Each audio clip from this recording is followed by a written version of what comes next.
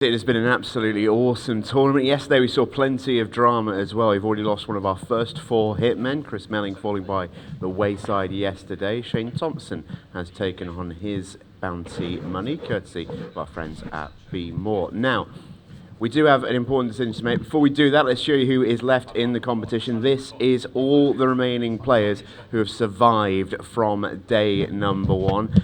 Our bounties are live. Tom Cousins and Shane Thompson are with you from our friends at Be More. Omniotherapy's bounty on Phil Harrison is still surviving, and Prasad's Jack Wheelen was busy yesterday, but he is still very much in the tournament. Now, the player who is currently in the winner stays on spot is Callum Singleton. So let's have a ripple as we welcome him back into the arena. Callum was drawn out yesterday for the final match of the day, and you got the win, mate, in that horrible position. Yep. You've had a whole night to think on it, Cal, and you've got the names of the players who are there available to you. Or, of course, you could go to the random draw, which we did say yesterday would be the plan. Has the plan changed? Random draw. Random draw, I love it. Okay, that keeps everyone on their toes. So, computer, in your own time, when you are ready, we will go to the random draw to find out Callum's second opponent in this streak. Who will it be? Come on down, Christy Coffield! He's been champing at the bit for about the last 12 hours, I think. It's not obviously a super early start compared with the way some tournaments would be, but still. 8 balls straight away, golden break, we're right into it. Ball 1, Callum Singleton is 1-0 in front. He threatened to do this yesterday, cut break all day, and he's finally got himself a golden break. The third one in the competition so far, and the first one by somebody not called Scott Yardley, and well, that just makes it even tougher for Christy Coffield. For all the reasons we were just talking about, Andy's 1-0 down. He's more likely to get picked out than whoever else is left if you've got 2 or 3 of the bounties. So I think he's probably going to have to potentially do these 2 matches, and whoever he may play if he beats Christy here, and then probably have to do it again, and then maybe even 1 or 2 more for the final. So there's no doubt about it. For Callum to win this title, he's going to have to do it the hard way.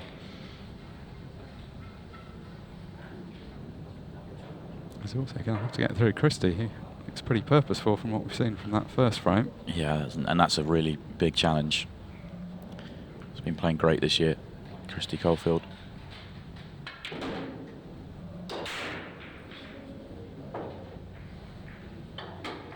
Cluster of balls near the middle pocket, but purposefully leaving an angle to get into it early on.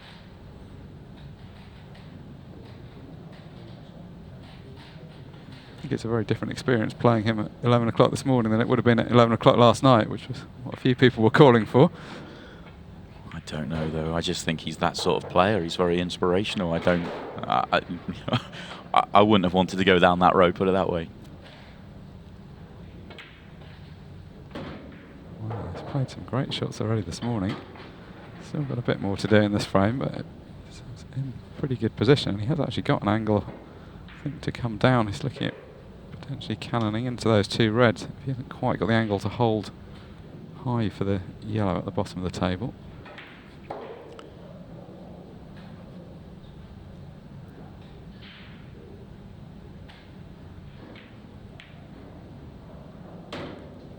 Oh, that's fabulous. That's the best shot he's played so far this morning. That's I know he's played a couple of really high-class shots and creative shots, but that control and that touch was absolute top draw. Yeah, we're only a frame and a half in from him playing, but he's played some great cannons already.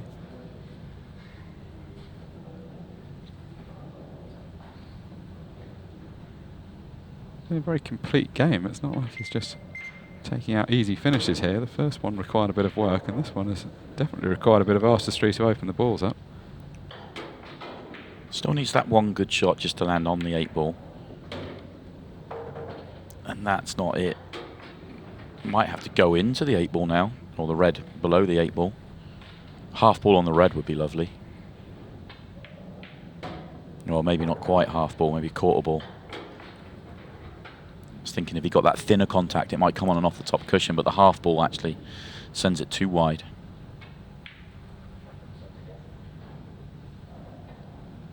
Oh, how close was that? Well, that would have been a fabulous finish to start the day off with. Just came up short on the double.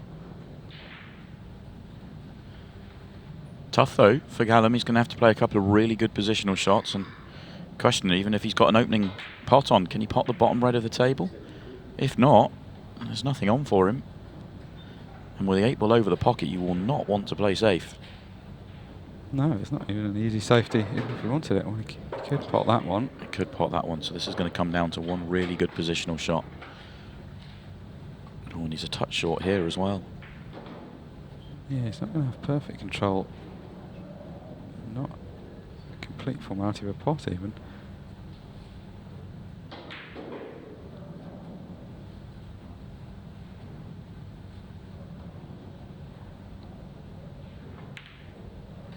Couldn't avoid the cannon on the top ball, but he's played that about as well as he could from where he was. It's going to be all about how he gets on the balls at the top of the table. He doesn't necessarily have to move the cue ball particularly far here. If he just wants to stun, yeah, there we go, stun to about there. You've got quite a wide margin to then drop in the centre and track to the break line on the right-hand side.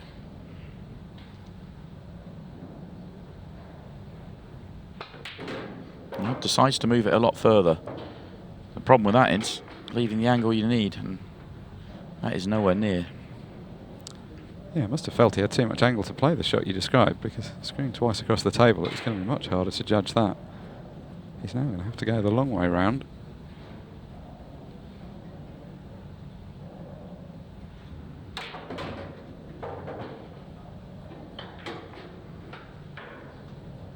Well, he's on this one. No angle though. No, the angle he has is wrong. It's the wrong way.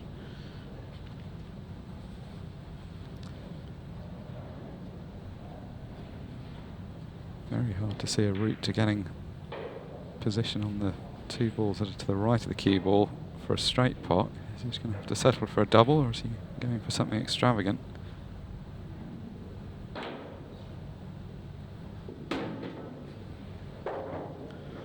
Even if he's on the double, question whether it's any good to get on the last red.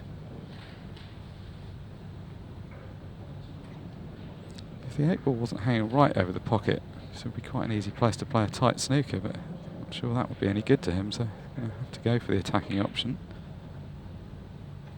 No, thrown wide. Played it slowly and just slid on him just a little bit.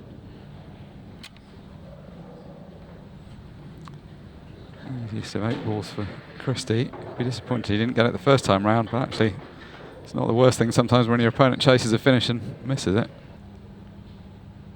Neither of them has really put a foot wrong. They've both been in situations where one mistake could be the last in the frame. Keep coming up with the shots. That's the first real dangerous shot that Callum's had to play, because he was opening up one of the obvious reds and he has left it on.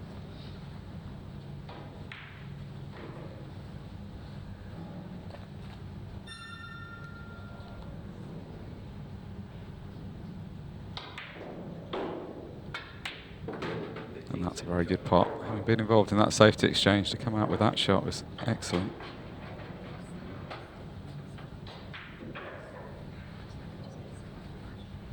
He's got the reds open. He's conscious that there is a risk of tying one up and potting the ball to the middle, so just looking at taking it long instead.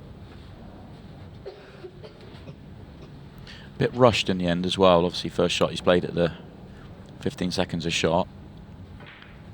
It was a really good chance to get out. The last 5 minutes of each of the matches being played to the shorter 15-second shot clock.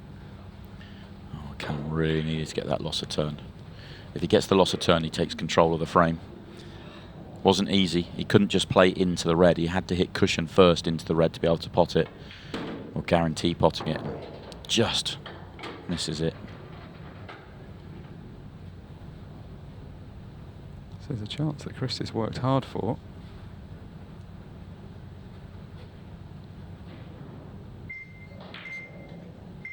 Just get through to the potting angle of the middle of the reds. Played a kind of 2-for-1 shot there. Kind of trying both balls. In the end it was the one that he cannoned rather than the ball that he was aiming for.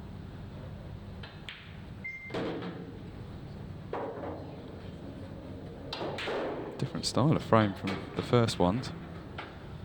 Saw some great skill in clearing up, but he's had to fight for this one. Great moment to take a 3-2 lead as well.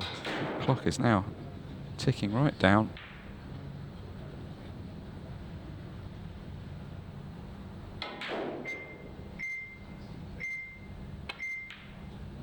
And having ground his way into that frame through some high quality safety, it is Christy Coffield that sneaks a frame ahead again. Short position is probably a good option here.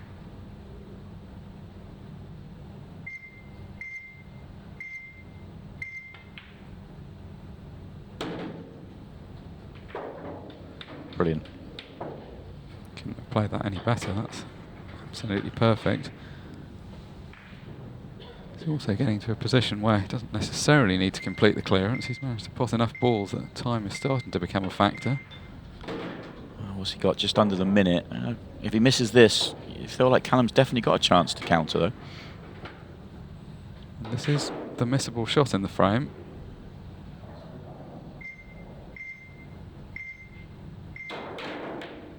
And he has missed it. Here we go then, Callum. You've got 40 seconds.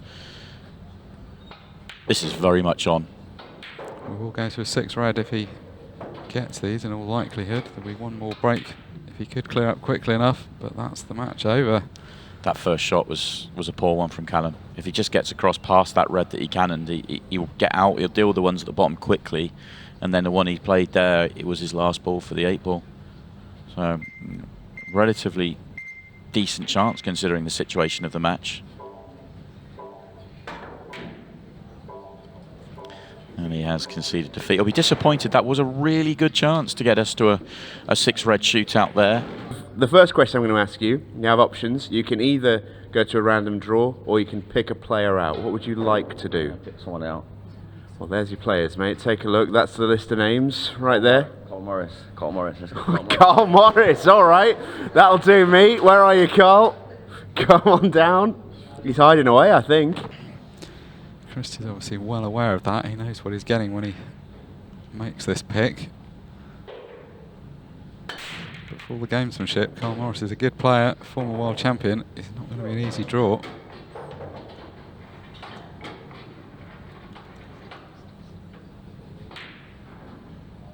Carl was obviously here all day yesterday but didn't get called out, so he's had plenty of time to warm up for this moment.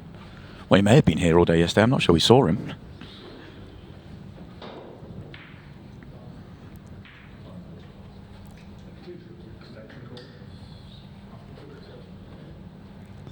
Annoyed look. He has made a ball off the break.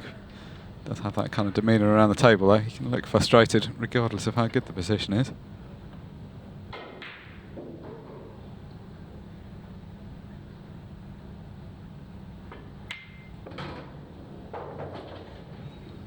Yellow's the choice. Just looking to cannon into the red and yellow together, but hasn't quite made that.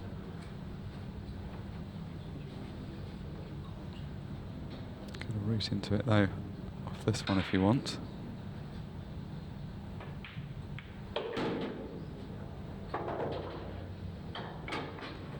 Good shape here.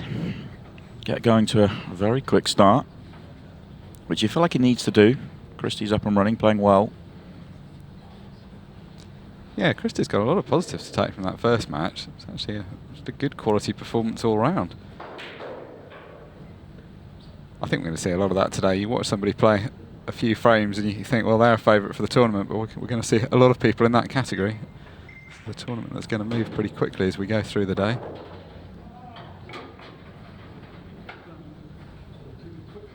Well, showing his frustration because he's come past the line he wanted. He wanted to be fairly straight just to be able to come back and get straight in bottom right. One over right centre becomes last ball. Now he's going towards the reds. He could still use the reds perhaps and leave that 3/4 ball angle, which wouldn't be too bad.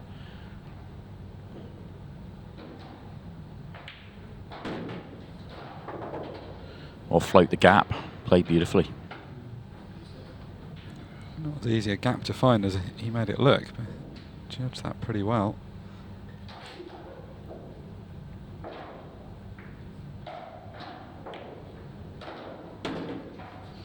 Even though he's known for some of his antics around the table and sometimes for like your safety game, he's actually very good in amongst the balls, as you'd expect from a former world champion. He's showing his prowess here. Got off to a very quick start in this match.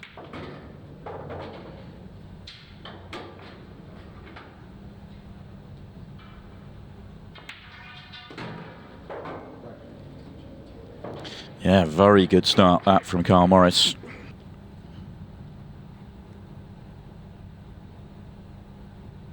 Not a great break in the last frame. That was a better hit shot, much straighter on the pack that time. Well, it's an interesting layout though.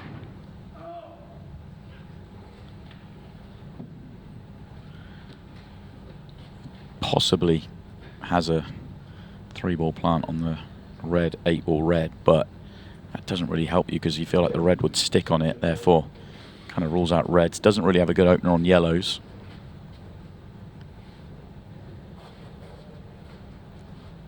Yeah, it feels like he may be committed to taking reds just to get a colour set established. I think there's other players out there, especially if the yellow by the 8-ball goes, that would just get down and play the yellows. But he's not what he has is a box of tricks and good ideas, and his thought process is good, but he always kind of tries to shy away from the queuing shots wherever he can. But cues that one in beautifully. Yeah, I didn't think he'd be that keen on that one because it was very tight, and as you say, the single ball queuing isn't normally his forte, but cued that really well. Yeah, I actually thought originally when he was looking at yellows, because I like the yellows much more than the reds, I thought that the yellow that's kind of nearer the middle of the table was the one to cue in bottom left. Originally didn't realise that yellow went. See, easier shot taking the one he took than the one I was thinking, but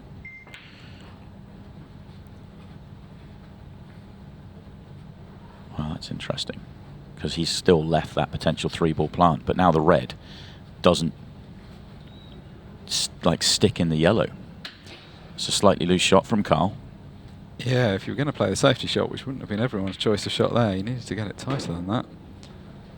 I chose to play the 3-ball plant because he couldn't see the red on the cushion. He could have gone up the table and then come back to that 3-ball plant, because that problem is that he hasn't moved the red that's in trouble, and he's put another one in there. God, that was dangerous. Wow, that was dangerous. Oh, and that's one of the biggest flukes we'll see all day, all competition. And Christy knows it. What a fluke that is. Carl Morris is a player that will literally tell you when he's not pleased with the shot you've played. A lot of players will be shaking their heads, but he's gone over to Christy to discuss that shot. That's one of the biggest flukes I've ever seen. He was lucky not to pot the 8-ball, and he's ended up on the key ball there. I have no idea how he's ended up there. And that's really changed things, because with the key ball in hand, he can get to the difficult red in a way that he would have struggled to do otherwise. Yeah, short position. There'll be no shame in Christy taking this frame out, I can tell you. He may have laughed and hung his head in shame when it landed there, but that's where it will end.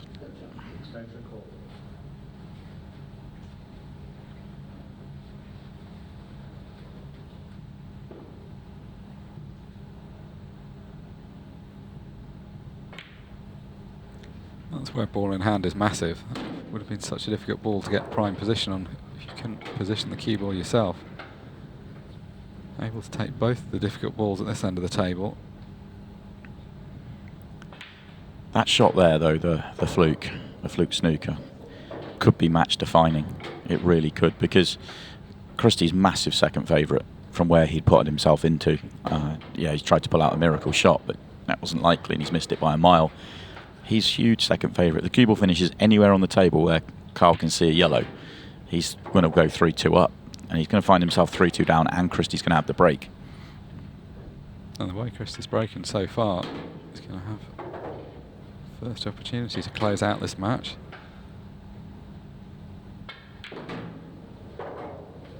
Well, hold up his hand as an apology.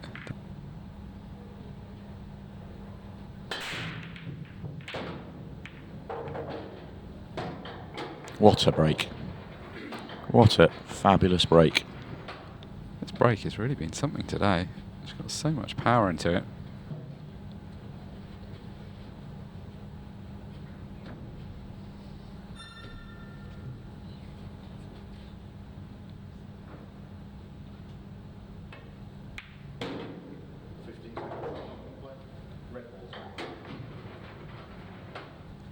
great chance this to close out this win. Would like to get it done here. Cole's exactly the kind of opponent that you can get messed up in something silly if you're not careful. You don't want to get into a deciding frame or get messed around in this one.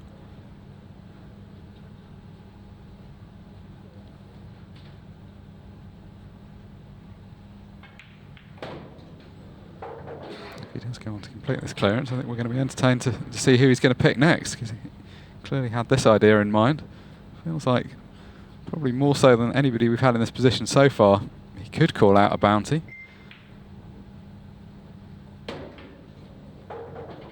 Yeah, he could. He could. I mean, his options are there, aren't they? Oh, no. Let's not get too carried away here. Wow. Wow, what a moment. Oh, this match is over at this point. That was a bad miscue as well. It seemed to. He's not trying to do anything. He's not. Well, it was like he lost all technique. He was kind of standing up on the shot, like everything went wrong with it.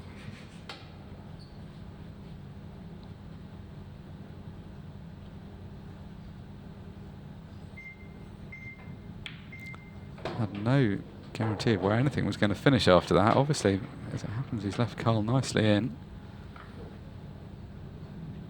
And from what should have been a simple 4-2 win, every chance of getting into a deciding frame now. Just over 3 minutes remaining on the match clock. It's going to be about a minute and a half, I guess, by the time Cole's finished this clearance, if he does complete it.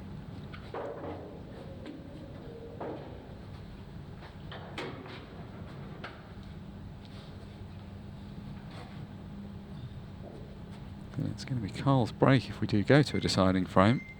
Yeah, it's well, that miscue's changed everything, hasn't it? I mean, I was just starting to think which one of the hitmen is Christy most likely to call out if he was to call out a hitman, and all of a sudden he's second favourite for the match.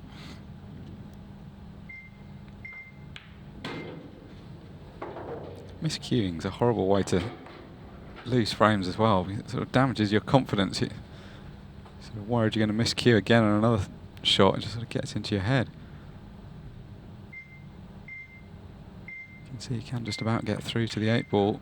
Wow. Is there another twist in this match? Carl Morris misses the straight yellow that he needs to take us to the deciding frame. Suddenly, that miscue from Christy Coffield may not cost him. Oh. Amazing miss from Carl Morris, and well, it's a couple of very strange errors at the back end of this match. Some drama in the middle of it as well. Christy Coffield with that fluke, but it is going to go Christy Coffield's way. You can almost wait for him to play this shot, but almost certainly tell him or say that now. And well, 4-2 won't quite tell the full story, but it is Christy Coffield that will move on. Carl Morris is out. His run in this tournament is very short-lived, and that miss will live long in his memory. Christy Coffield will move on through. What do you want to do? Call hitman out. Okay, Christy. I love you, mate. Who are you fancying? Coming down, body, Shane Thompson. Shane Thompson. Don't call him baldy.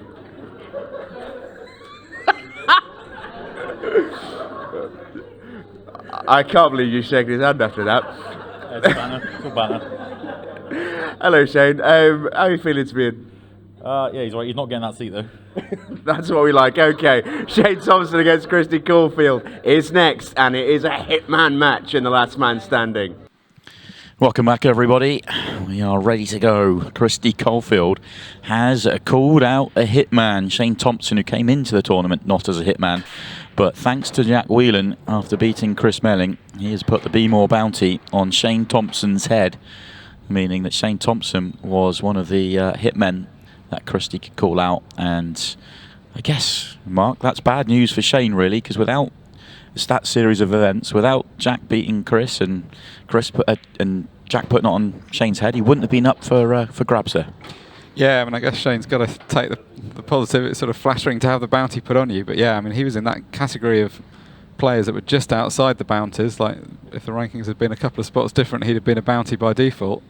He'd have been in an ideal place just to kind of stay out of trouble, because there'd have been no real reason to pick him.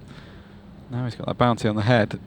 Based on recent form, I guess he was the one of the 4 bounties you'd pick. I mean, his pedigree is incredible in the game. He's won 4 Ultimate Pool titles already, but he hasn't been in as good a form lately by his own standards. Yeah, I think one of the players, in my opinion, has suffered from trying to play multiple codes. He's obviously committing time to China now, as a few players are, but where it's worked for Jack Wheelen and Chris Melling, where they're able to stay competitive and play at a really high level for English pool, I just feel like Shane's level's really dropped off, and he's not been playing the level he was playing in year 1 when he won all those titles.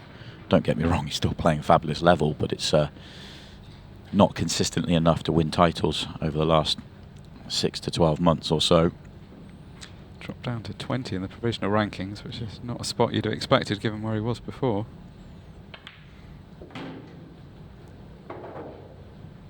Yeah, we should mention, of course, this is Christy's match to get himself onto the hot seat. Also, it's a nice situation for him. He's got a race to 4 against an out-of-form player. He's also got the ability to win the Be More bounty on Shane Thompson's head, and then he gets to sit down and chill out in his hot seat as well, and he'll be there for at least 3 matches, which means he'll guarantee himself, if my maths are correct, into the prize money as well. Very nicely set up here for Christy Coffield if he could win. Yeah, it's got a lot riding on this match, because he's going to win prize money and the bounty and be deep into the tournament.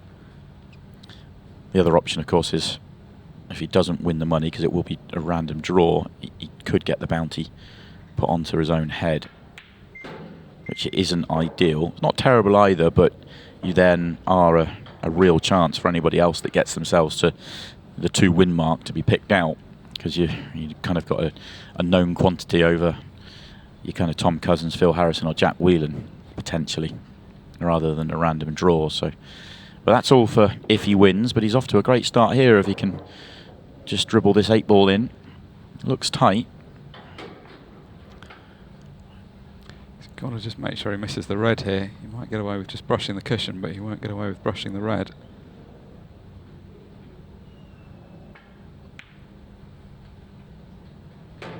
Yeah, that's a player that's playing the knowledge of the table.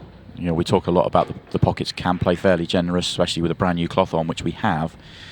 Christy's played for that shot and got that shot because he knew that.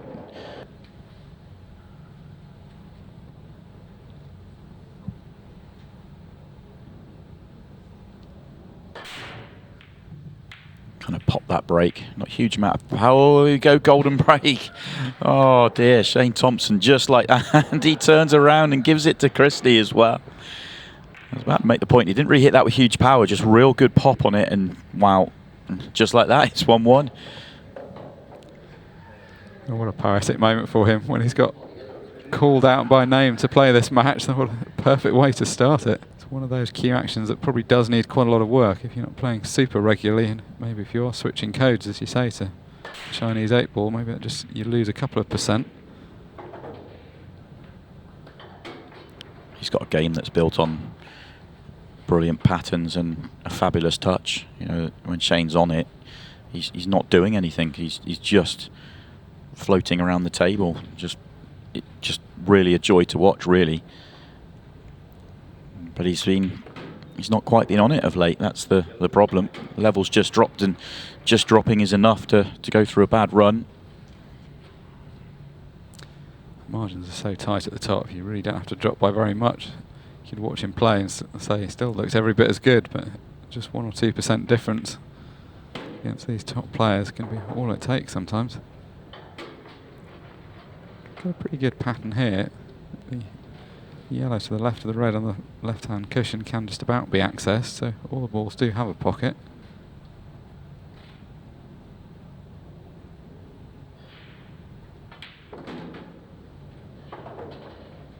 Example of the effortless power. Hardly touch that ball, just glides through it. All about the timing.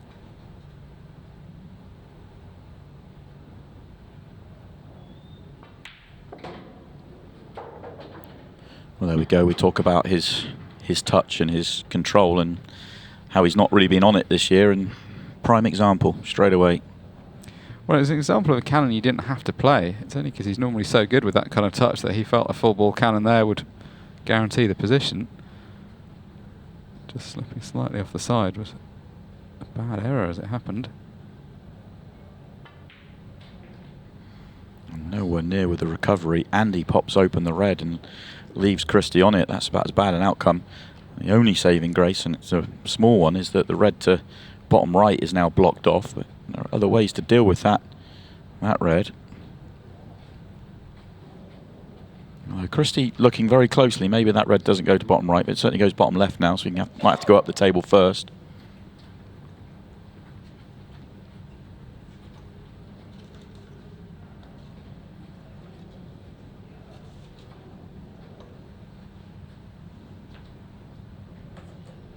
Well, he's had another look, decided it did go. Position wasn't ideal though, so I'm just going to get that cannon.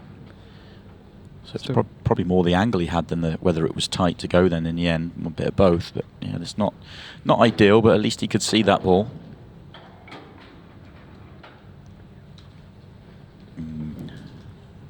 Tough shot coming up. Yeah. I think this goes, but it's not exactly ideal. But if it goes in, he's dealt with a problem ball one way or another.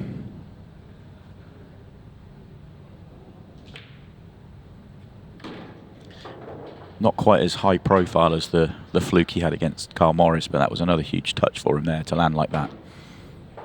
Yeah, that ball, there were a few options for it, but none of them were going to be easy. Landing on it early has just unlocked the whole finish. Just that one positional error from Shane, and at a moment you really weren't expecting it. He seemed to be in prime position, just played a cannon he didn't really need to. That's led to this.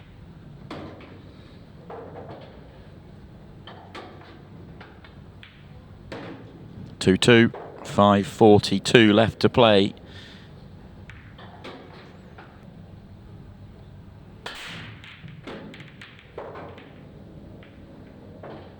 It's really firing, isn't it?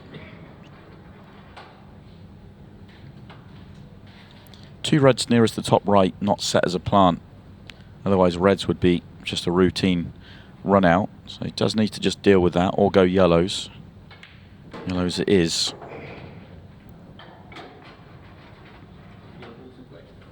Holds up his hand, he lands on an awkward ball again. Things just happening out there for Christy. Yeah, you've got to say, for all the quality of play, he's had a few touches this morning. I kind of feel like ones that have almost been deserved because he's playing well. These are sort of the good things that happen when you're on a run.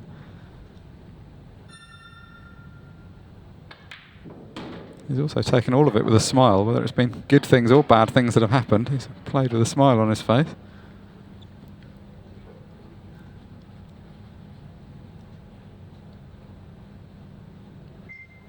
I like the fact that he was so keen to come and play. I mean, I know we were joking a bit about it last night, but there are a lot of players who have been hiding away trying not to get called, but he was here to play some pool, and that's good to see. Yeah, I agree. He wanted to get out there and get going. He got his chance and he's played really well.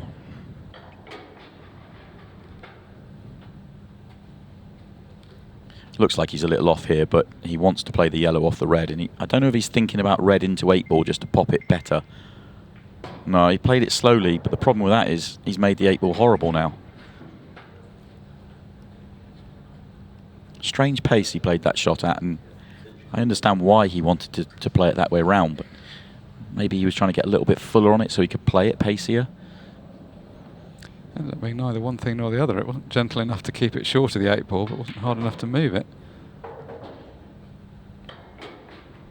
He's played a decent shot there, though. Had to make sure he gave an angle to do something. Well, he's wrapping the table. Maybe he doesn't think he's left the right angle. He's got too much angle to screw into it and too much angle to come off the top cushion. Just a couple of rolls too far. Had to play for the double. I thought he could have just forced it off the top cushion, but maybe he felt it was always going a bit wide. I think if he tries, it throws so wide that you just can't get there. Not on this table. Doesn't matter. Does not matter. Christy Coffield. Hammer blow.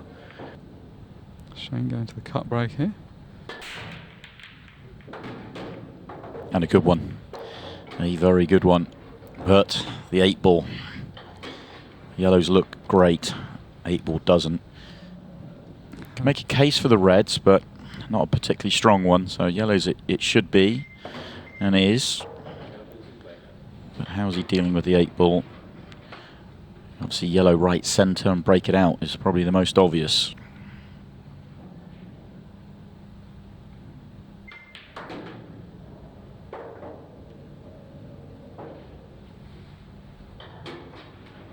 Just having a look to see if he landed with the angle to break it out there. If he had done, he probably would have played it, because you go into the red, you pop the 8-ball on, and you're on the yellow to bottom left, and then you can get back there. Now it looks like he might leave it last, which isn't ideal.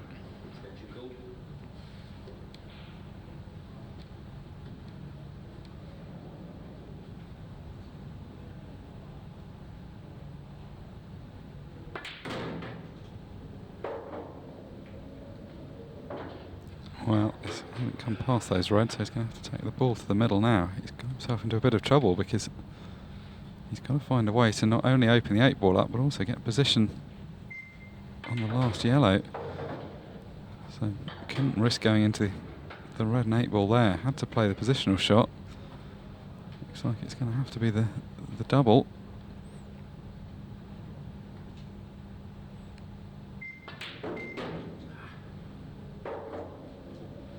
This may well be the only shot that he gets at this 8-ball. The time is running down, so if he was to miss it, Christy may just spend the rest of the time trying to keep Shane behind a red. So got to get this ball.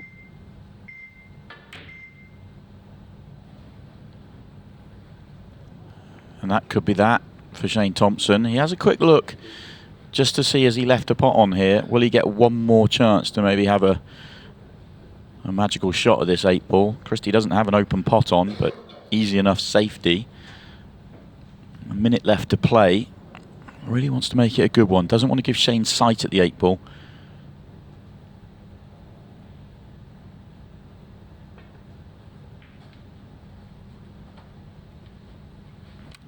Might have given him an edge. He's going to have to go for this. 40 seconds remaining. He's just got to find some shot off 1 or 2 cushions. Plenty of pace, but not quite the line. And this match is all over now, because Christy doesn't need to clear up. He can just line up a simple pot, waste the time playing one shot, and then the buzzer will go.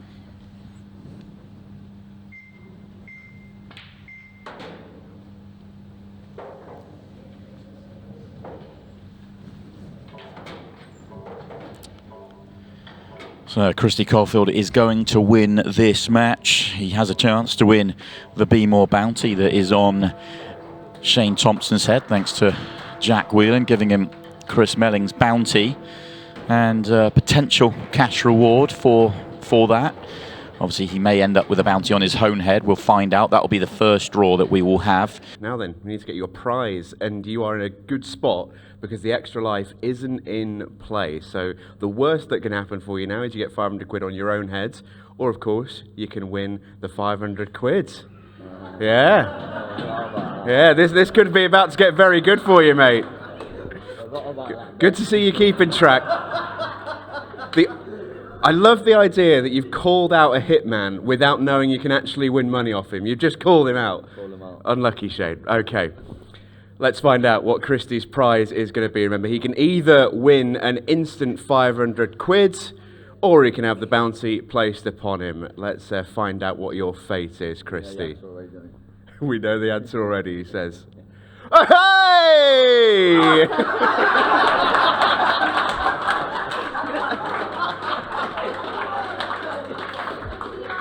That's 500 boys, mate. Thank you very much. Don't thank me, mate. Thank our friends at Be More, and thank Shane Thompson most of all. Thanks, Shane. Oh, what a day. Okay, so Christy, we can send you off, mate. You can go sit in that red chair. You are off until someone else wins 3 matches. Give him a hand, folks. He's been absolutely awesome. The one and only Christy Coffield. 500 quid richer as well, courtesy of our friends at Be More. Okay, We need another 2 players then. Christy Coffield goes 3 and out, and we've only got about 15 players remaining. Remember, the top 12 are paid out in this one. This is a random draw you really, really don't want. So with that being said, computer, let's give us our first player in our next match in the Ultimate Pool Last Man Standing with Outpatient Network. Who is it going to be? Silence descends. Come on down, Ian Alley! Oh! Oh, that's brutal. Ian Alley, who's just come out of the hot seat, was safe until Christy won that match. Come on in, Ian. Let's have a hand for him, folks. Oh, mate. How are you feeling? I think there's about 5 people in the draw, isn't there? I don't know what I'm speechless, mate. That's a brutal draw, mate. Look, best of luck for it. Get comfortable. Ian Alley, folks. Oh, that's a brutal one. Let's find out who Ian is playing. Ian Alley's opponent will be Lewis Roberts. Coming in, the cue maker. Interesting that Lewis's lovely wife is here, and she's delighted he's playing. I don't think you're as pleased. Well, I suppose we'll be standing there all day yesterday, might as well get on the table, I suppose. That's a good attitude, Lewis. Well, good luck, mate. Get yourself ready. Lewis Roberts versus Ian Alley is next up on the Ultimate Pool Last Man Standing with Outpatient Network.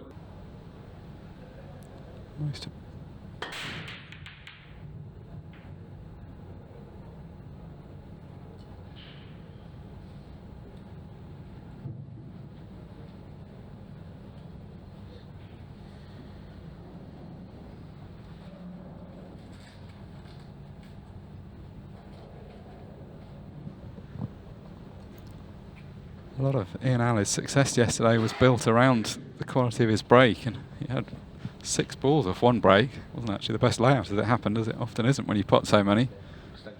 Can we up dry though in that one? Lewis Roberts is a very dangerous opponent.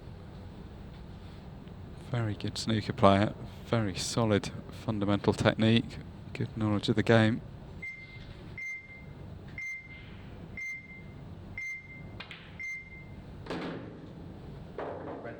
He's in that category of players that always sort of threatening silverware, but probably not the favourite for a tournament. An event like this could be a great chance to get his first Ultimate Pool silverware. Which in turn I think can lead to more as well. I think you get the confidence of winning one and kind of you feel like you belong, and you can then go on and build on top of that. Well, his consistency right from the start, so close to getting promoted from the challenger ranks in the first year of Ultimate Pool. Just had a heartbreaking loss in a final to Hitan Patel that saw him not get promoted that year, but then just immediately regrouped, came back, got his promotion, and he's looked pro standard right from the get-go.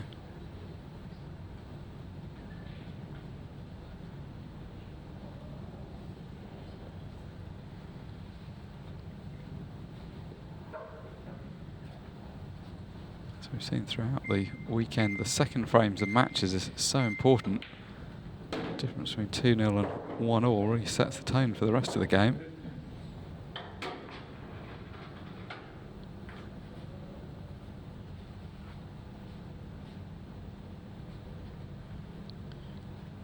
Just a nice turn of angle here, which helps.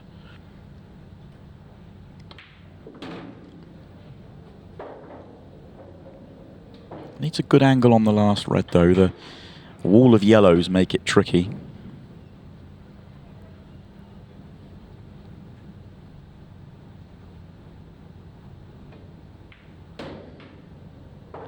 Just overdone it.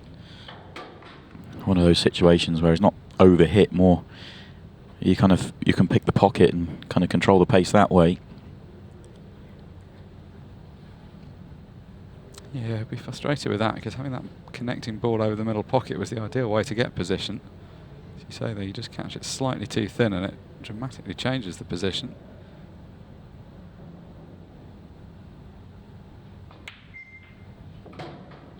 Oh, how about that? I mean, he's taken the pot in the middle. He's played the cannon on purpose to leave the angle. How about this for an 8-ball? This is a big shot. This is going to be a fantastic finish if he gets it.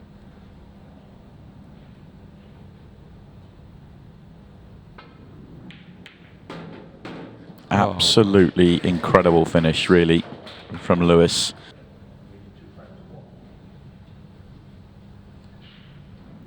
So far this match has been a tale of reverse dishes. Can Ian get a ball off his own break?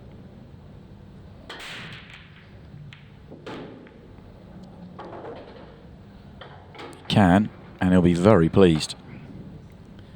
Only real question here is, does the yellow in the bottom half of the table go comfortably or not? If it does, this will be a fairly routine break and clear. Yeah, it goes comfortably.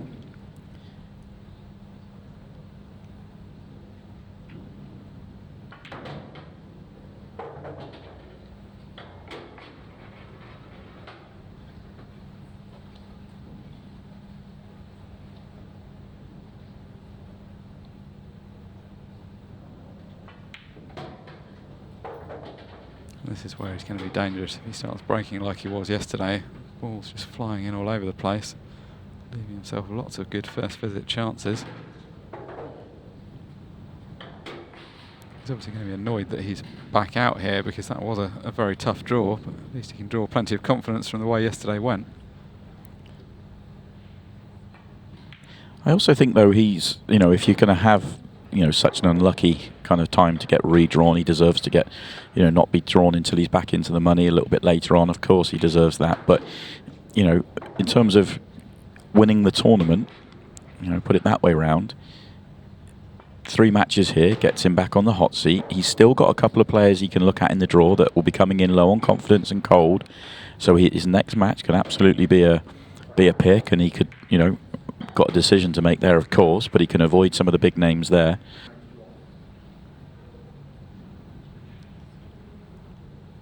Well, both players have, it's all been first visit stuff. Oh, not Lewis, again. Twice in a row into that same corner pocket. I mean, that's if Ian goes to clear this up, which I would say is highly likely with this layout. I mean, it'd be very, very big surprise to not see him clear up the way he's played over the first 2 days here. Lewis has had one chance at the table, made a really good reverse clearance, and he's been cleared off all of his breaks. 2 of them being kicked in off. That's a tough one.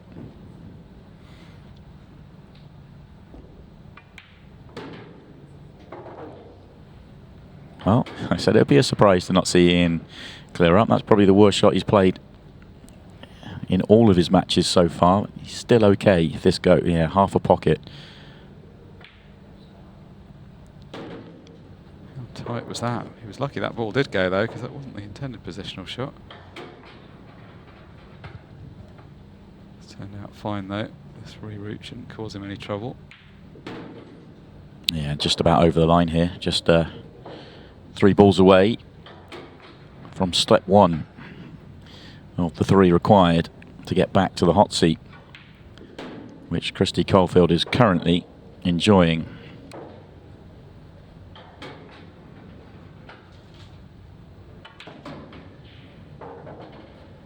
And in terms of standard of play, this has been the best match we've seen. It's all been first visit stuff.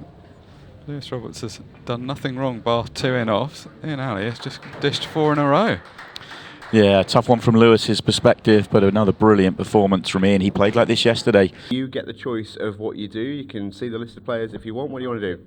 I'll pick. Okay, let's bring up the list of players then for you, Ian. Who are you fancying? I'll choose Liam. Liam White, in you come, mate.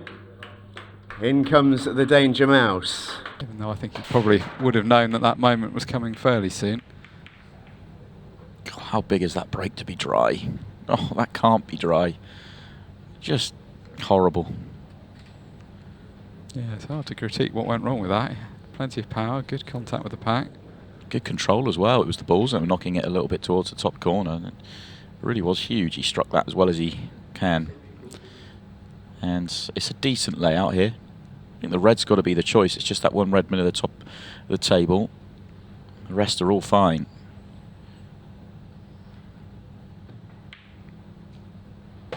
Can he make make it 6 consecutive 8-ball clearances. It's some standard of play. I mean, it's been some standard of play all morning because we've been waxing lyrical about Christy Caufield's performance. And Yeah, it's true. Ian Alley, the man he unseated from the hot seats, here to say, well, actually, I was there first. I want to get back in that chair. Yeah, it would be cruel on Christy, wouldn't it, if Ian was to win 3 straight? That he's played so well this morning to get to the hot seat, and he is kicked off at the earliest possible. But then I suppose it was very unfortunate for Ian to be called out after, well, only being at jeopardy for that call out. Gets on the tricky ball at the top of the table. A little bit of angle. Maybe he would have liked a little bit more, but shouldn't be too much of a problem. Just needs to thread the needle through the yellows and get into anywhere in the open middle of the table. He's good.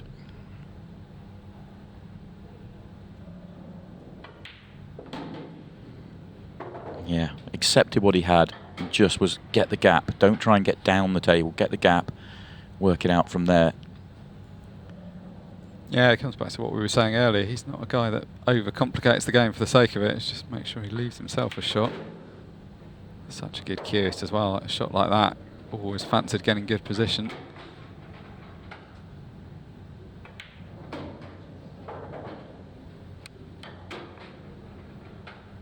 Well, 6 clearances in a row at the first visit for Ian Alley. This is a devastating standard of play right now. Yeah, it's a funny situation. There aren't many times when it's okay making those kind of deals. This is sort of the one tournament you're not really rooting against somebody. It's just it's only about the choice. Obviously, no one's going to play differently based on those deals. Just adds a bit of extra spice to it. We have a lot of tournaments where it's all about fairness and it's about giving people the best chance to win. This one is unashamedly about the entertainment value. Yeah, completely agree. And it should be. Yeah, it's all the more of a spectacle for our viewers for that fact. It's not proving a very easy day so far for Liam. 2 frames down already. Comes to the table thinking maybe this is the moment and doesn't really have anything to go at.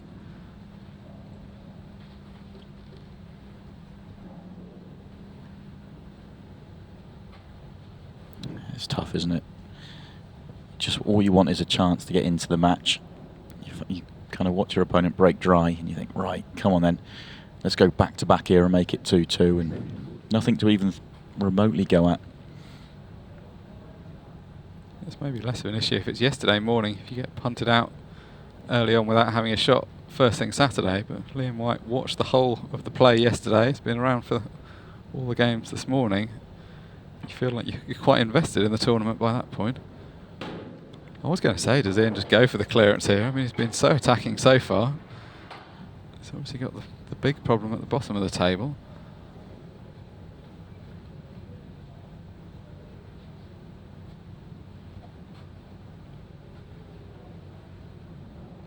I think when he won the 3 in a row yesterday, people were looking at Ian thinking, well, he's obviously in good form. But I don't know necessarily at that point you were thinking he was in any better form than the other players that were playing well. But the way he started this morning, I mean, no one's going to be voluntarily picking him out right now.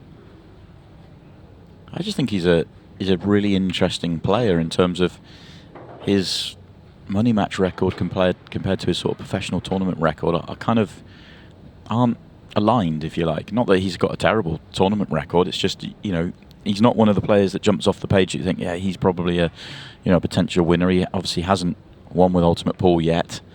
He's been close. I think semi-finals I think was his best, and yet he's a world beater when it comes to the money match scene. You know, he's beating most of the top players. That certainly he's not afraid to take on anybody. Yeah, I agree. He feels like one of those players that if he was just to win one tournament, it could be the first of many.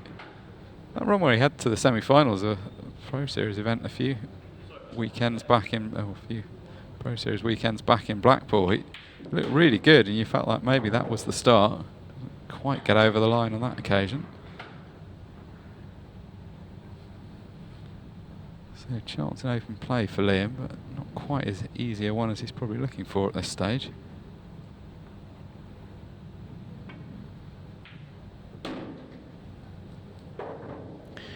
He's leaving his problem till late. Never ideal, but he is in good shape here to track the perfect angle to be able to play the cannon. Just track down the middle of the table. You want to be half ball-ish on the one to right centre. And play the breakout and stay on the one to left centre. Doesn't want to be hampered. If he can't get to the centre of the white, he's got a problem. Yeah, he's sort of psychologically hampered even if he can get close to the middle of the white, because there's the distraction of the 8-ball there. You can get back to play it, but then you're playing it last with, you have to be on the ball that you're breaking out. Slightly careless last shot that. Looked like he had a reasonable margin for error. Decided he is going to have to reroute.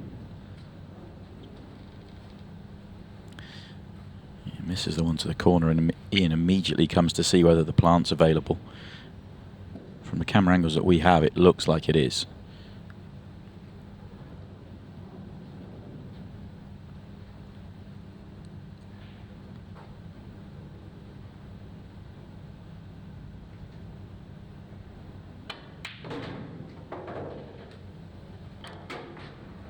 Well, we'll find out here. He's got a good angle here, either to play for the plant or to break into the balls if he needs to.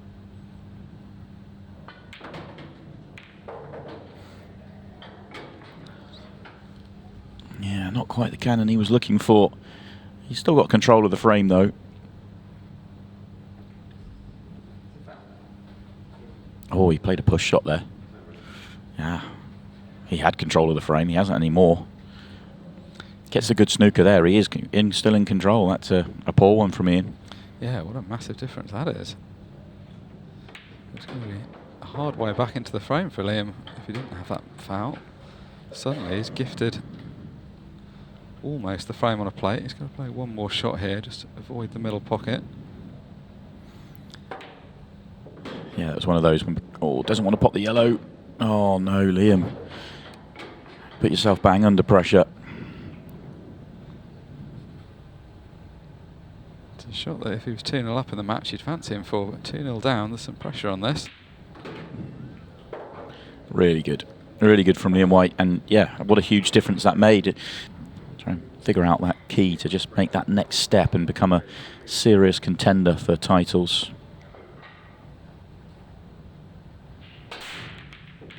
The break's normally one of the weapons in his game. Yeah, showcased there. Slightly awkward leave. There's just 2 yellows and a red. I think he can deal with it straight away and go reds here. I think he's got just enough angle that he could just maybe pop into the yellow and pop the red on. Yeah, nice. And now they're just all there. And in answer to the question, what does he need to do to make the step up? One thing that the top players always do is capitalise on chances.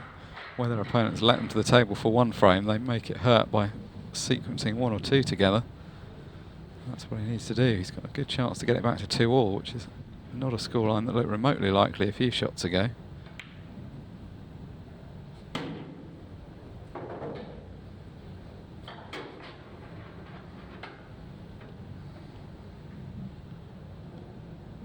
Ian's really had it his own way this morning.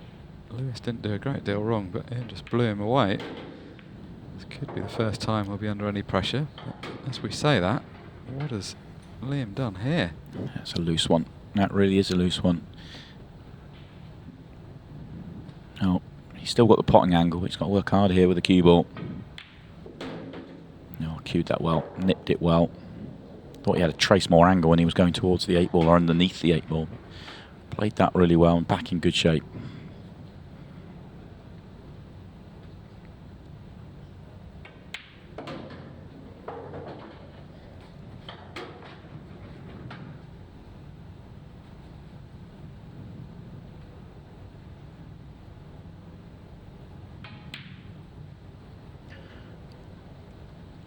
That's just a tough one. 8-ball, not quite going to reach. Plenty others are. And the red's just going to pull up in that bottom corner in time not to block the 8-ball. And these yellows are laid out really nicely. couple of minor issues to deal with, but nothing overly taxing.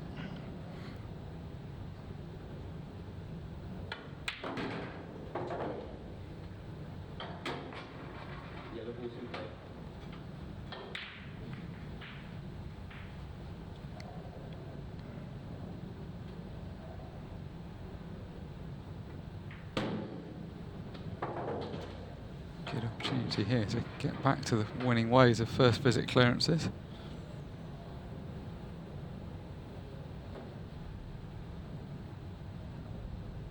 It's made all the worse for Liam by the fact that he had such a good chance. In the previous match where Lewis was just watching Ian clear up, there's not really a great deal he can beat himself up about. Liam is going to feel though that if he just potted that last ball, could have made the score 2-all, and this could have been a very different situation. Well, used all of the pocket, but it's gone in. You feel this is the only shot that could save Liam, just a fairly routine plant, but there is a good enough gap and it's slightly off angle. You never expected it to be a problem, and it wasn't. Liam will have all but have no hope here. This is prime for Ian Alley to get the job done. And 2 steps of the way through the challenge of winning 3 for the second time in the tournament. And he's going to get it done in quick time as well. Doesn't even need the 15 seconds a shot. Ian Alley has beaten Liam White, and that miss from Liam White in frame 4 was huge. Okay, Ian, well played first of all. You seem to be playing some really, really nice stuff at the minute.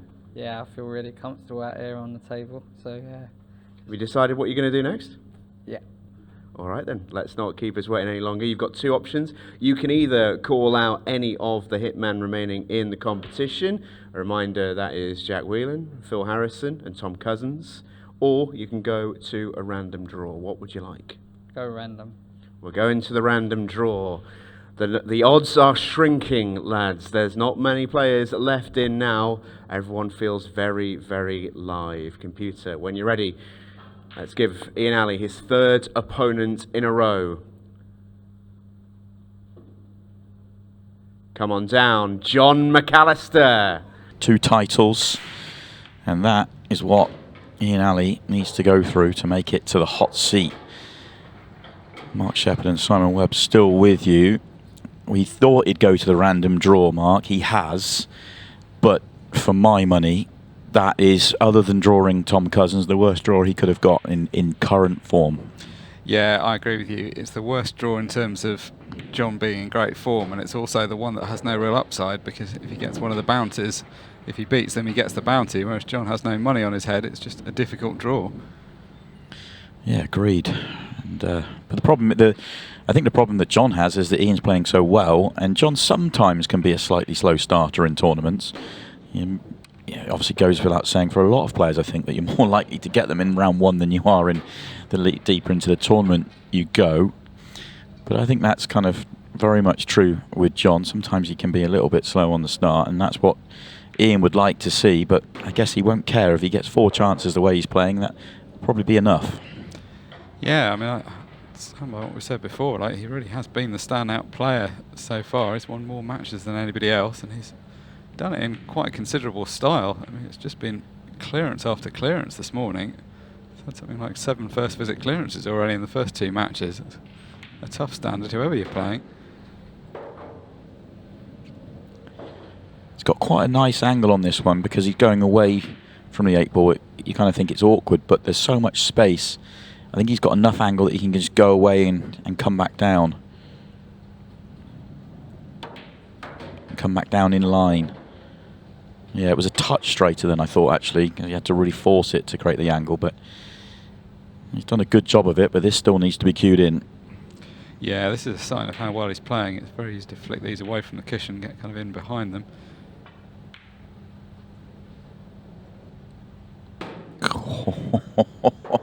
Oh, it rattled, it stopped, it fell, and calm as you like, Ian Alley just walks away like, yeah, no problem. Won the last event, the Players' Championship, just a couple of weeks ago.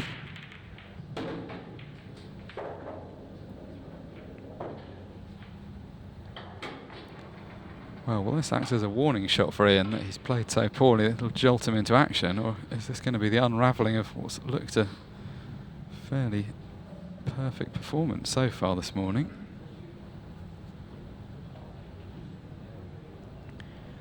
(2-0) would have been so big there because John was just playing so poorly by his own standards. It would have been very hard to see a way back. Now 1-1, John's got the chance to regroup and go again. Ian's got to be careful here, though. This isn't a nice layout, and if he chases and doesn't get it, he's really opening the door, and all of a sudden John will start to find his game, you feel. No. Ian's gone completely off the boil. Well, this is a remarkable turnaround. I mean, he could not have played any better the first 2 matches, and even the first frame of this match, and then suddenly that last frame, it's just, the wheels are off for both players.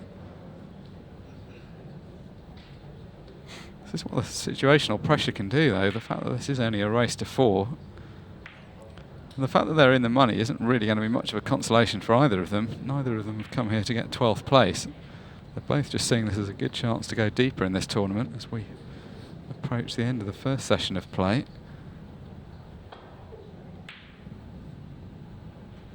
Two more matches to come after this one, and then we'll be resuming at 6 o'clock for the final session. We're playing down to a winner tonight.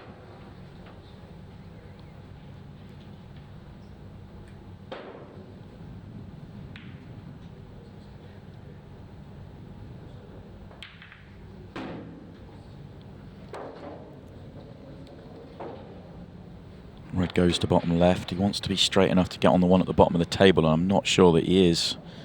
Yeah, so he's just having a look at. He's going into the red.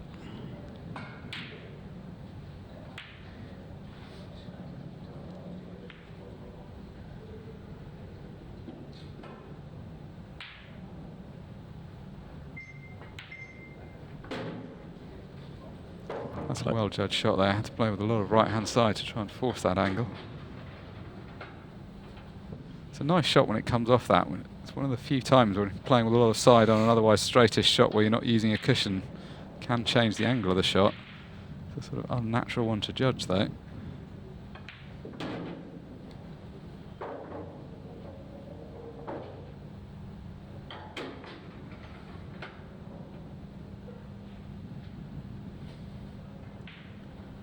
He can get himself 2-1 up. John's going to be delighted. The way this match started, that did not look a likely situation a few minutes back. Well, I'm a little bit surprised there that he's played into the 8-ball.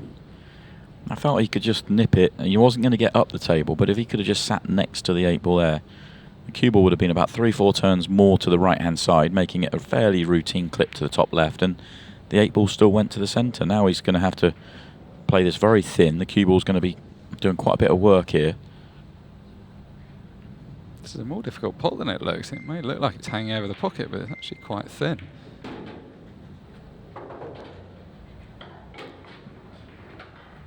That's why I'm surprised he didn't just accept what he had, which was just to hold the cue ball on the previous shot, because he would have tracked down the more from further right. He'd have tracked more down the open line of the table, and the 8-ball would have been waiting to right centre. So he's got a very tough 8-ball because of it.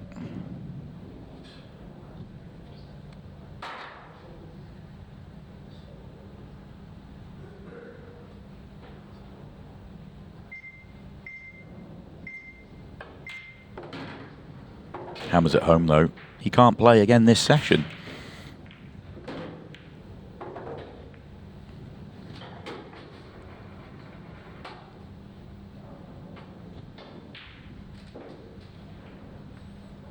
Having not really felt much pressure this morning, Ian's under the utmost pressure. He's got to win at least 2 more frames to force a 6-red shootout, ideally 3 to win the match.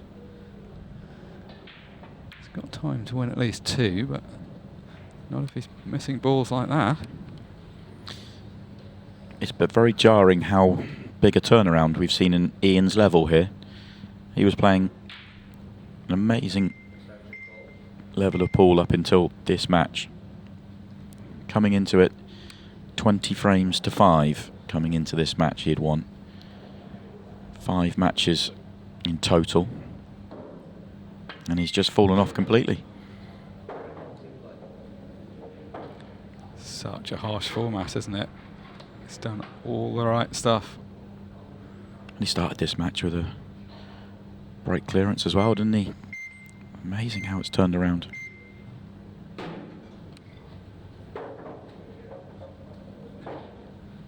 We were talking earlier about the difference in his tournament record from his money match record. One factor there is that a lot of those money matches he's playing are over very long distances, where you can afford to have a purple patch and then a spell where you're not doing so well and you can still get back into it. Do not have that luxury in this format of tournament. Well, there's hope here for Ian, because John's going to struggle to get out from here. Now, I know he's running the clock down, but he is going to leave, well, 2 minutes just under if he doesn't get out here. I suppose if he makes the double, he'll get it down to about 145, 140. But that's enough time for a counter clearance. And then he'd need a dry break from John and another quick one, but the tiniest bit of hope for him. John putting the red in amongst the yellows, trying to make it as awkward as possible. But I think this plant is fine, 3-ball plant. Well, not to be. It's going to take another 15 off the clock. Yeah, I like John's idea there. There's no real point potting that loose red if you weren't going to get the other one. It did look like he'd left a plant. I thought his plan had actually gone wrong like you, but somehow the plant has gone astray. Now, time a major factor for Ian. He's really going to have to clear up at this visit, and the balls aren't perfectly situated for a quick clearance.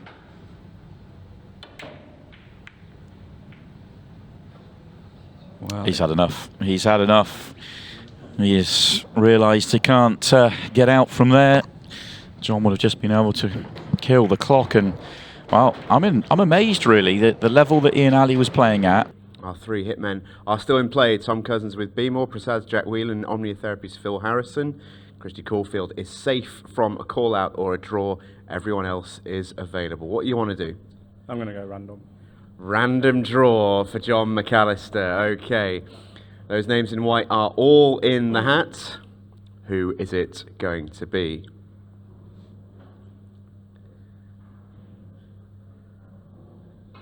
Come on down. Phil Harrison, a hitman, enters the fray. You may as well have called him out, John. Yeah, I might as well. Come on in, Phil. I mean, there weren't any easy draws, but it just felt like probably the percentage was to be a bit more selective. John's kind of free-rolling here, to be honest. The way he started off against Ian Alley, he wasn't going to meet many people playing like that. Ian threw him lifeline after lifeline in the second frame of that match. He's got to be coming into this with a lot more confidence. Agreed, and probably start to find his game. As I say, he can be a slow starter. Well, he's now into match 2, and I expect his game to pick up. Yeah, and I mean, obviously that's the advantage. You get a win that you shouldn't have got. You can then get better. You're still in the tournament. He's going to have to go 3 in a row. It's kind of nice timing for it. We've got one match more in the afternoon session after this one. If he could win both of them, then he can go off and have his lunch break, knowing that he's guaranteed until well into the evening session. Tough task ahead though. Phil Harrison, who hasn't played yet, obviously one of the best players in the world, so not an easy task.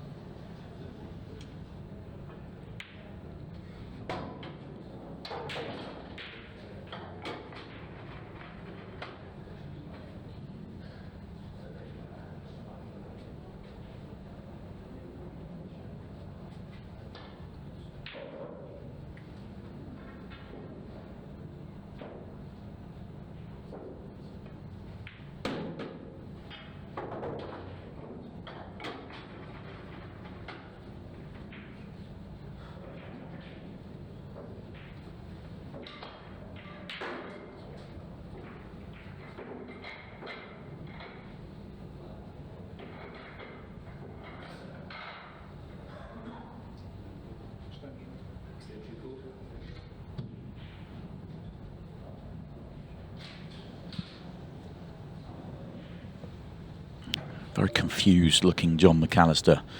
Still can't quite put the cue ball where he's trying to.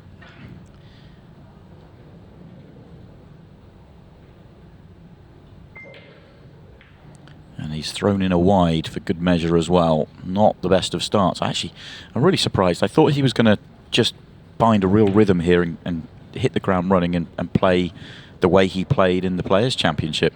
But very similar to the start of the previous match for John. And we get to see Phil Harrison, the hitman, for the first time in the tournament. He's carrying the Omniotherapy bounty on his head. That's the potential prize on offer for John if he was to beat him.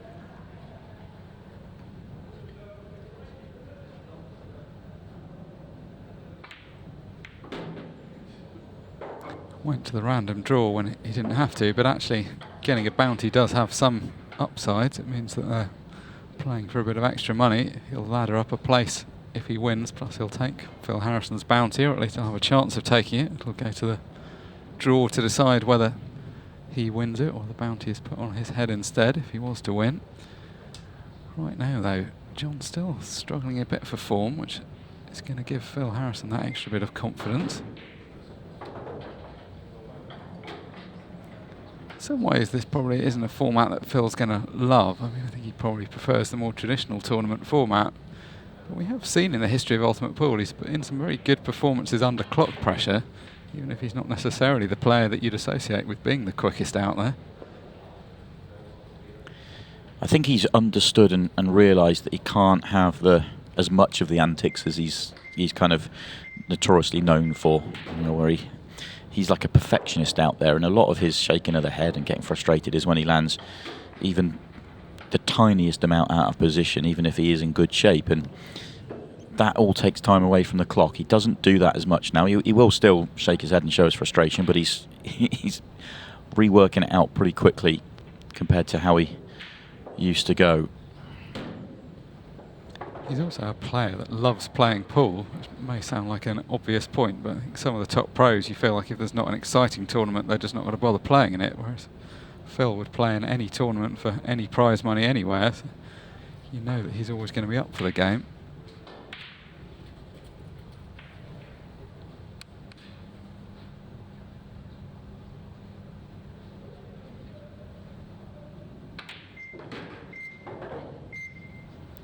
I assume that red must have snuck in, which is why he went the way he went about the finish, but it didn't. He's had to play into it and he's not landed.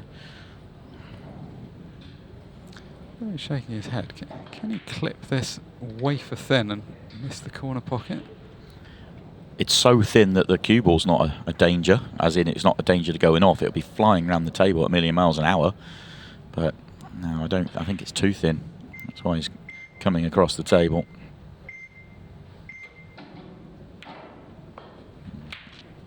Tough one, and John's been let off the hook again.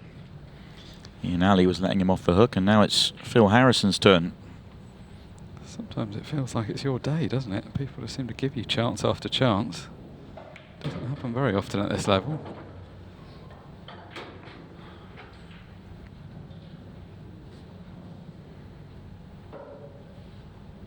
John will take these chances, obviously, but what he really wants is just to get a couple of clearances off his own break and just settle down properly into a rhythm in this match, or in this tournament even, because he's kind of winning scrappy frames at the moment.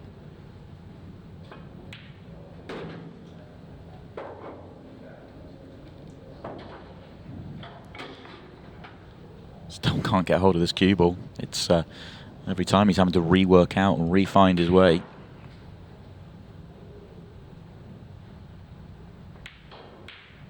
This time he just accepts that he can't get across for the final yellow. It's not really a problem. You make the pot and the natural angle's good. Just don't sneak behind the red and you're fine.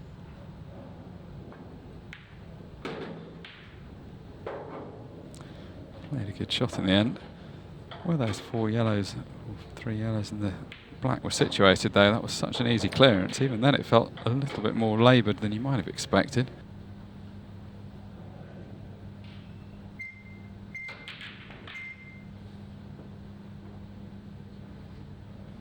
Yeah, it's a clever shot. Well worked out. Kind of gets at least 2 of the reds into play, keeps the yellows tied up. Put the cue ball in an area of the table where good things could happen for him. Well, especially watching his opponent not in tremendous form. I mean, often you wouldn't want to leave John any sight of anything, but right now just leaving him at distance from his work is probably a pretty good plan.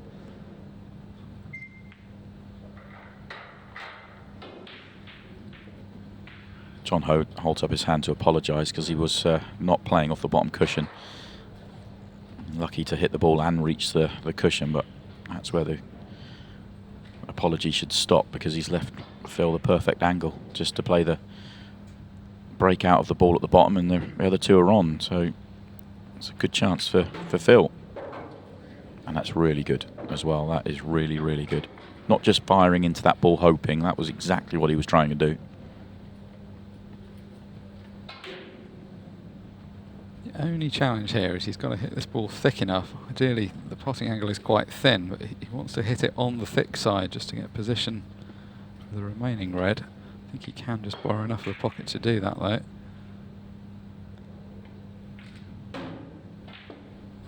Yeah, no problem. It's okay here as well. The yellow isn't really in play near the bottom right hand corner. He should float around naturally here. Well, I say that, I'm assuming the 8 ball goes bottom left, but maybe it doesn't the way he's looking. Well, I've been fooled by Phil before. Oh, it doesn't. So this is actually a real problem.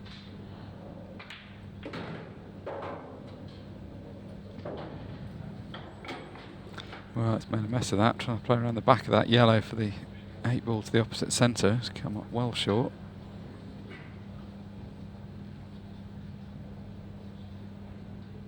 Now, what can you see? You can obviously see the thin edge.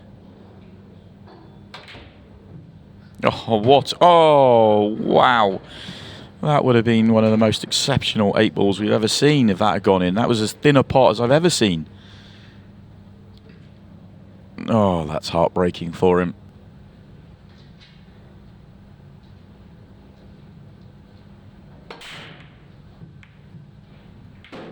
He has made a ball, and he'll be over the moon with a layout. This is good. This is every chance for 2-2. Every chance for the 6 red shootout for the first time in the competition this year. Yeah, it really should be. I'm hesitant to say that it will be, because this match has had a lot of twists already, but Phil couldn't ask for a better chance than this to get the scores levelled up. With 2 players of this calibre, it's very surprising to be talking about a 2-all draw in prospect at the end of 20 minutes of play, as Phil overruns the positional shot from what looked like a routine position. Can you believe it? He had all the room in the world there. And he can't afford the head shaking here. He's got to get down and play a shot, because otherwise he's going to run out of time. He's just got 45 seconds. He's got to make one out of a snooker, otherwise he is not winning this match. So, oh no, wow. And he has made one out of a snooker. That was what he needed. Okay, 35.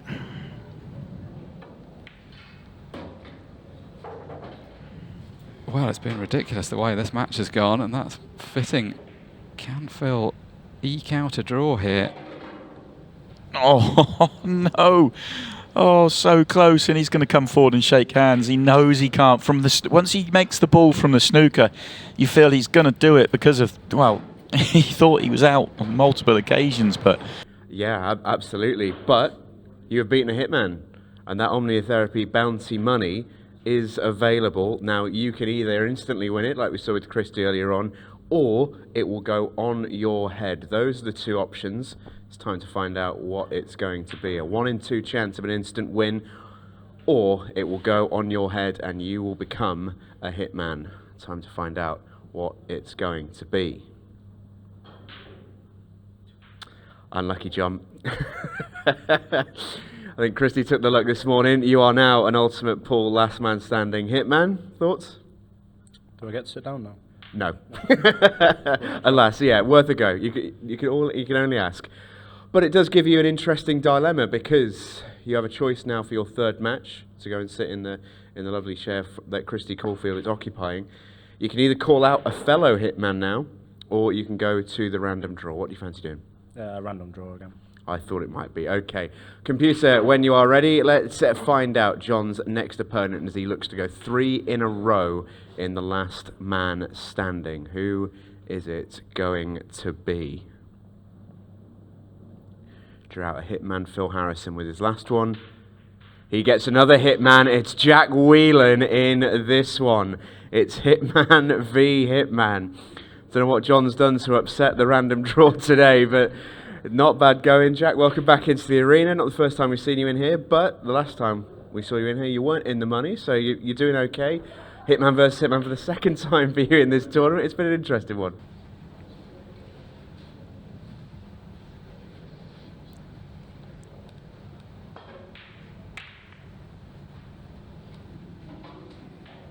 Now that double has rattled. He's got some trouble because this 8-ball isn't super close to a pocket, so not in a great place to pot out of this snooker. And if he doesn't pot it, Jack's got a choice of reds all over the table.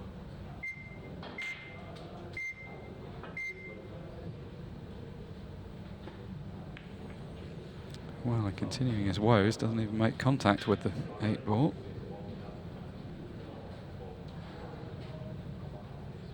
Normally, if John McAllister's on a finish, you're just thinking it's absolutely gone, there's nothing really to talk about. But today, it doesn't really matter how straightforward the finish is, you're just wondering if something's about to go wrong. Agreed. And whilst Jack will tell you that he was awful in his third match yesterday, he missed maybe 2 chances in the match. It's not as though it wasn't a performance like we've seen from John where he's making multiple mistakes. It just happened to be that he made a couple of mistakes against Carl Sutton and they got punished. But in his 2 matches before that, he played brilliantly, and I don't see him playing as poorly as John has been in those 2 matches. And I'm not trying to be too critical on John here. He's a world-class player, but this is so far below his level. You can tell he's just not on it at all. Yeah, Jack's been very self-critical talking to him between matches.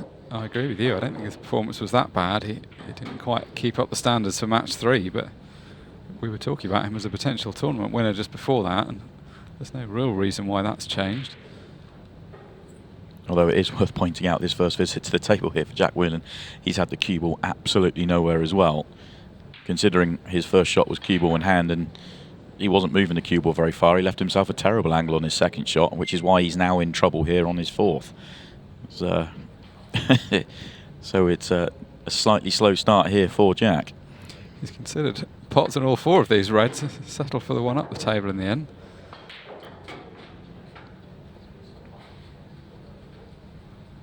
Slightly better, a little bit the wrong side of this ball, but it's closer to being in good position again. Yeah, close enough to being in good position. Just use the cushion inside to get there.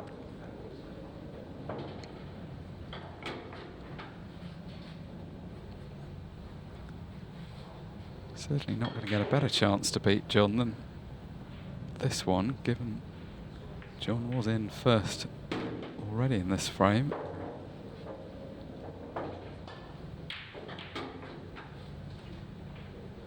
There's only 1 extra life available.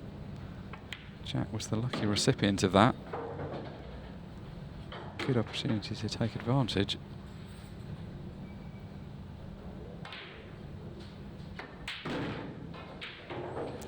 So, not made to look as straightforward as it could have been from the position he was in with ball in hand, but Jack does get the job done.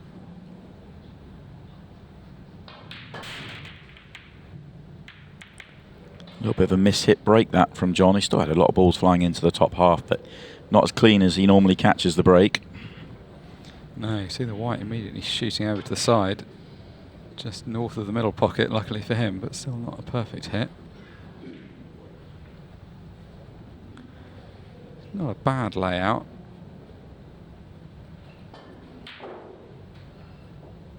Bit limited on opening shots. But yellow's the choice, so going to go with the plant first. First thing Jack did was come and look at the yellow by the 8-ball. Does it go bottom left once the other yellow's out the way? Does it go right centre? I think no to right centre, yes to bottom left.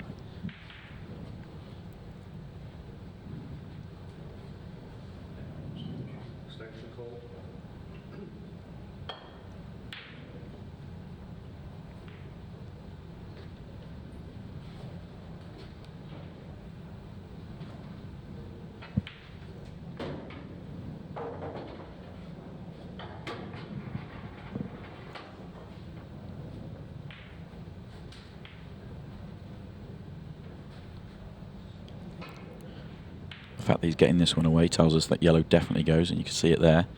Has to get rid of this one first, though, which is why he's played on it early.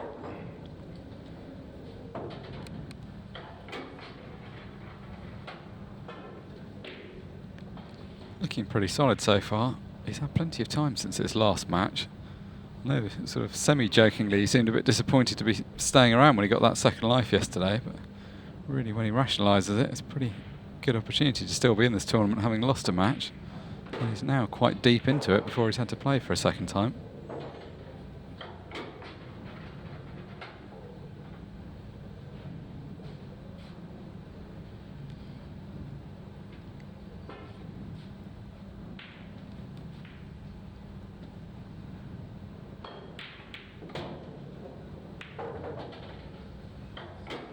Really good control to finish this. Previous counter clearance, a couple of moments he wasn't in prime position. This time he's kept really good control of the white.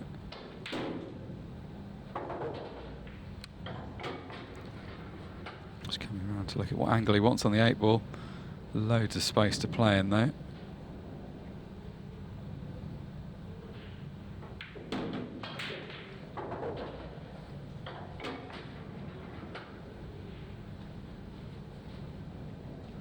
Seems like the pattern of play has returned to something a bit more conventional now. We've seen some very odd moments in the last couple of matches. He's got the dinner break to come. Comes back tonight knowing that he'll still be in the hot seat if John doesn't stage this comeback. Golden break would help. Not going to be. Nothing else drops. And a little bit of a horrible layout here, which I suspect should mean that Jack will slow this one down rather than attack.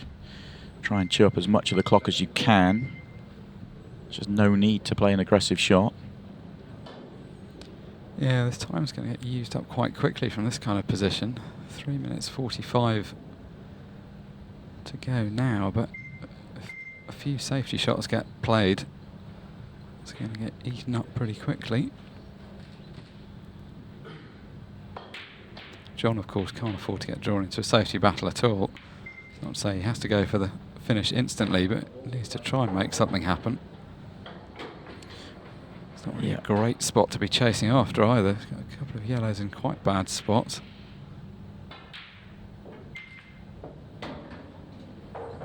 Sometimes though, there's a simplicity to this position. He's not caught in two minds of thinking, do I attack or defend? He's really got little choice but to attack.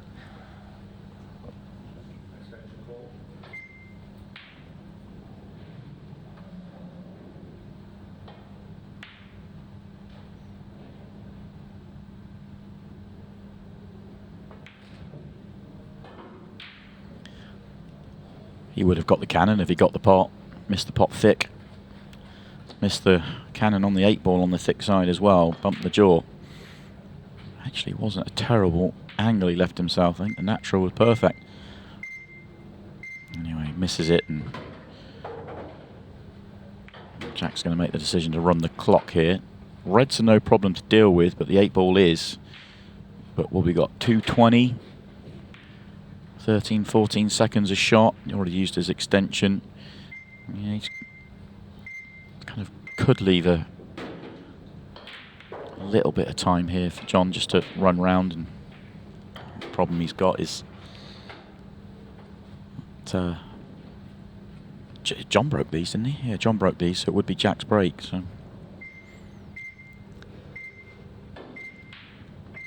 Yeah, and as long as Jack just keeps potting balls, I think that time is going to probably be insufficient to do very much. Yeah, and he should be able to, from getting this side of the balls as well. The red that he's on to right centre now is his ball. Play that off the 8 ball and then go up the table from it, and it pops the 8 into play. I suspect with 1 minute 25 still to go, he should still play it. Just because if he pots the 3 reds, he would leave seconds on the clock. No, he's played it clean. So he is going to leave about 35 seconds or so.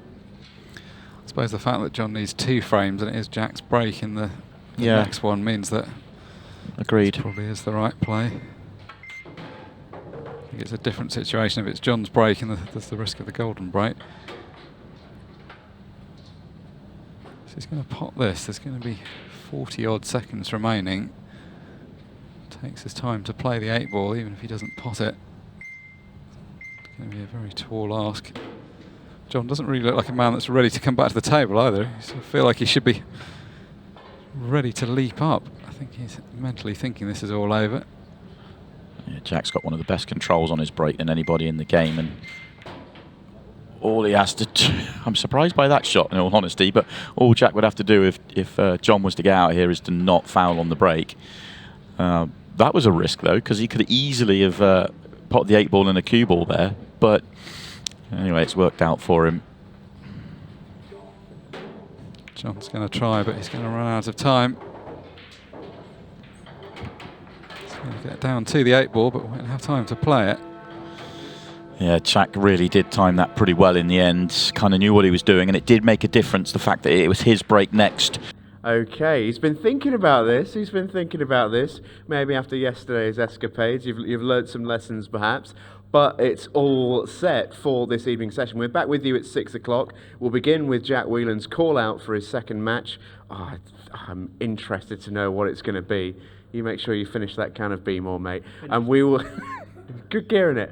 We'll be back with you at 6 o'clock when Jack Wheelen chooses his next opponent on the last man standing. What's happening next? Now, you can either go to the random draw and do the funniest thing ever, or you can pick your opponent. What are you going to do? I want to pick. Well, we don't need the graphic because they're all here in front of you, so you can tell them, look them in the eye and let them know who you're playing. TC's trying to catch your eye, I know. Who do you fancy? Pick Aaron. Aaron, come on in, mate. Try and get you 3 in a row. Either way, Jack doesn't want to get too distracted by that, because the key thing here is to win this match. He's the only player remaining in the field to have lost a match. He's the beneficiary of the extra life yesterday.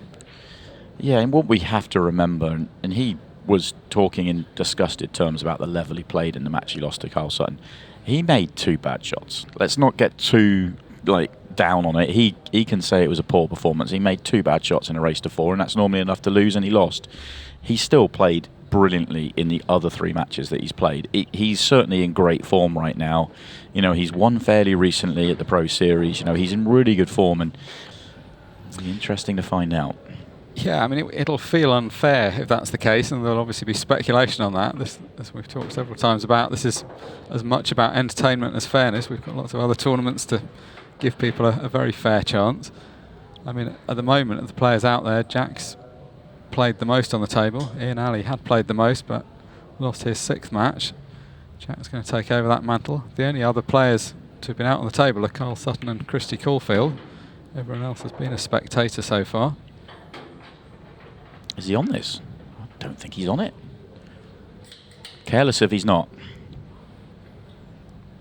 Yeah, just needed a turn or 2 away from that side cushion. Looks like he finished up in pretty much the only spot where it doesn't pop from. He did want angle on it, I think. He wanted to make sure. I mean, straight would have been perfect, but it's very difficult to play for straight. Because if you don't get it, then it could become a real problem.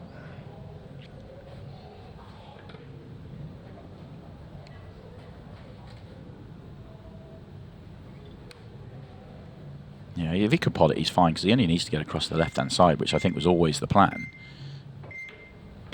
Yeah, he was okay. Yeah, the fact that he didn't need to do anything positionally was helpful. That side cushion is a kind of guide. You knew that the ball over the bottom left potted from anywhere over near the cushion. And this is a pretty natural shot. The cue ball's going to be springing towards the racking area in the middle of the table.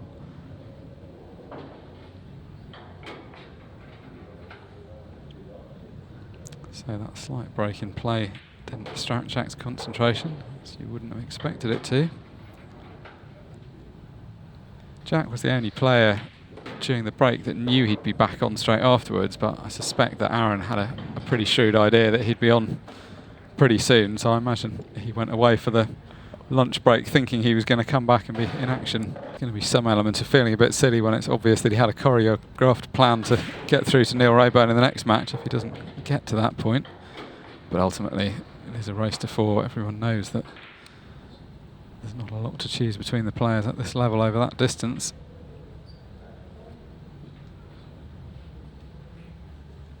Good break. A little bit of work here, though. will want to be yellows. Doesn't have a good yellow. Obviously, he's got yellow at the top of the table. That's a problem as well. He may, well, he will feel forced into reds here, which means he's got to deal with the red nearest the cue ball and the yellow over the bottom left. It really isn't nice.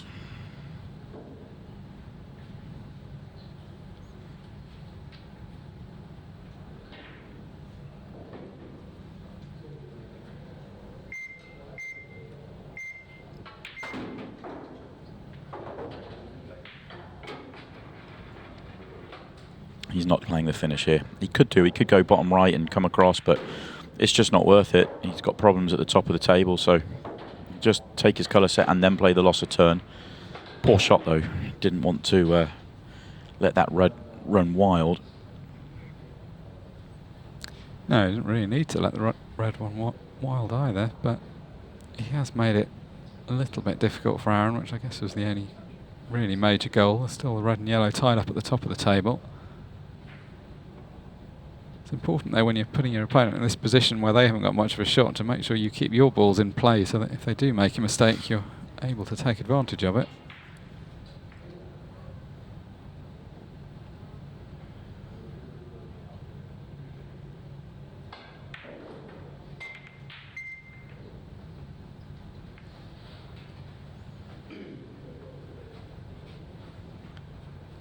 I feel like Aaron just needs some sensible ball.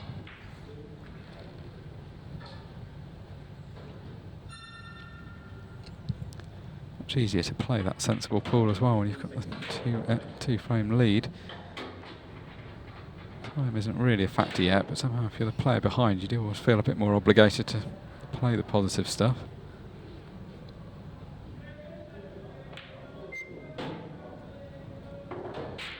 So he's going to have to come with a shot here because he's still got the red and yellow tied up. Saw him just come round to have a look. He's not thinking cannon. If this red goes, he's thinking short position.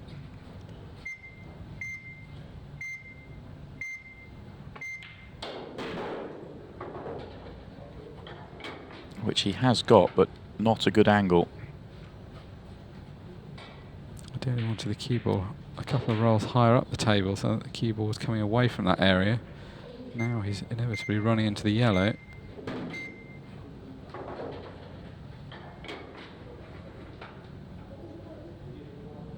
Well, it could have been worse. Could have been slightly better, but it was never going to be that easy to control the cannon off the yellow.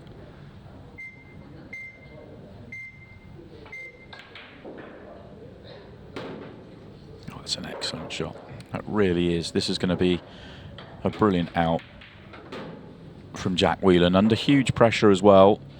Aaron shouldn't be too down on himself. You know, he asked, you know, Jack to come out with a brilliant clearance. He's, you know, put the pressure on him, and Jack's come up with the goods here. 145, maybe 140.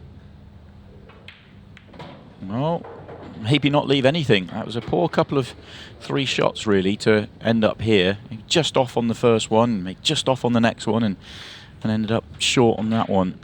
Big 8 ball coming up now.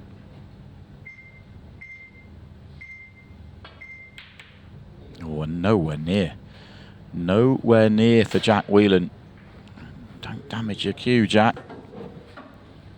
He knows that's match over. That's why there is so much frustration for him. Aaron doesn't have to clear these balls up. He just needs to stop Jack having a shot at the 8 ball. Best way of doing that will be just to pot some balls. What will make Jack Wheelen feel a little bit worse here as well, assuming Aaron does everything that's asked of him here and just pot a few balls, he's probably going to get a warning from the referee at the end of the match as well for, for slamming his cue on the table. Add insult to injury. He'll be bitterly disappointed with the 2 mistakes he's made in this match. Yeah, particularly the one in this frame, because it was very unnecessary. He was in good position, just carelessly slipped further and further away. We'd still have expected to pot that 8 ball, but that wasn't really the mistake. It was the fact that he was having to play it from the far end of the table when he should have been right behind it.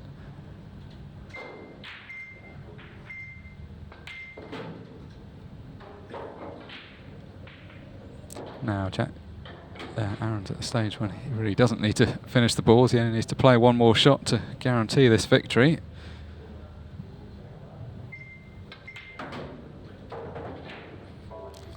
Yeah, job done. Aaron Davies pretty much flawless in this match. 2 mistakes in it, both of them from Jack Wheelen, and all the grand plans in the world, but Jack Wheelen can't get the job done against Aaron Davies. But I suppose you want to know if it's a real win with the prize money. Oh yeah, obviously, yeah. Let's get that out of the way for you first, mate, before we go on to anything else. So, Aaron has beaten Jack. He is a hitman, and his money is up for grabs, courtesy of our friends at Prasad. But it might not be that simple. We now find out if Aaron is getting the instant win, or if that bounty is going on his very handsome head. Let's find out, Aaron.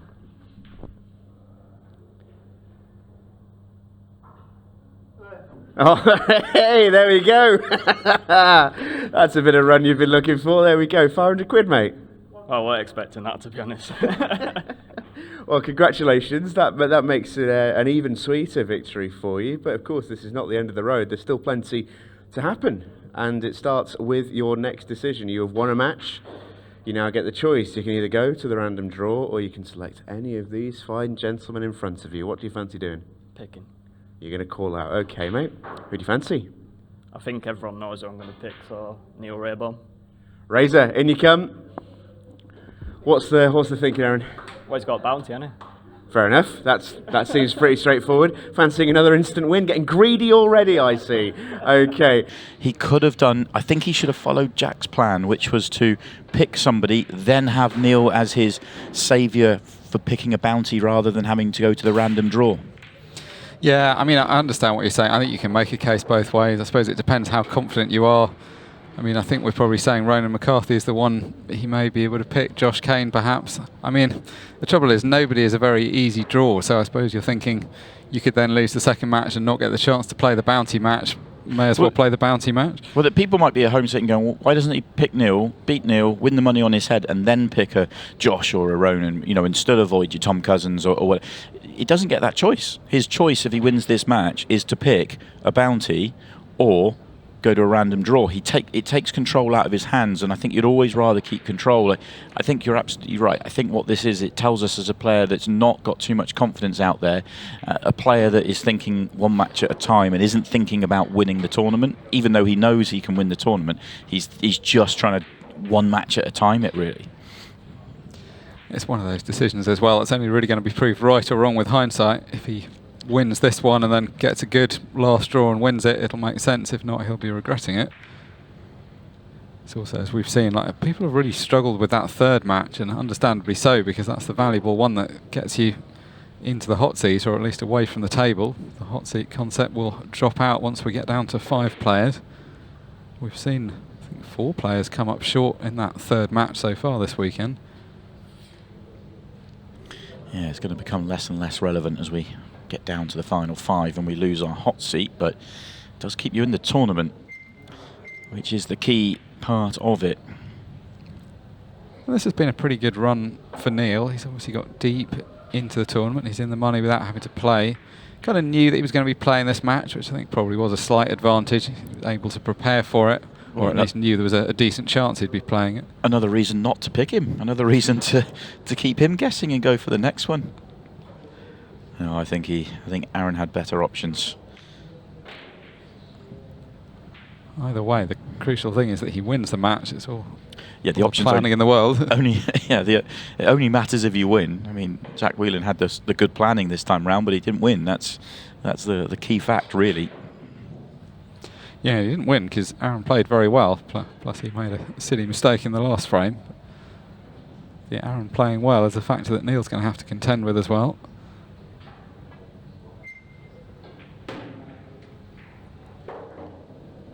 In a way, these two players are in a similar category of perhaps slightly underrated. I mean, not underrated by anybody that really knows the game, but another very dangerous player that maybe isn't top of your list when you're talking about tournament winners. But Neil Raybone's got a enviable pool CV. Yeah, I think it was probably more the fact that Neil's been around for 10 years or so more than Aaron is probably the reason why his CV is stronger. But I'm with you in terms of where they currently rank within Ultimate Pool, where they kind of currently stand is very similar. They've been there or thereabouts in the sort of around the edges of the top 16 since pretty much day one with Ultimate Pool. We've both been close to winning. Neither player quite been able to make the breakthrough to get the win. Well, it doesn't seem like that was going to be the difficult part of that shot. The cannon was going to be the thing you needed to think about, but as is often the way, you're thinking so much about that, you take your eye off the pot. Didn't get the full cannon, he got 2 of the 3 balls out, but as a result he has left 1 yellow safe, which he'll be relieved about, although not safe anymore. That's come out pretty well for Aaron. Not what he was planning when he played the shot, but he'll take it.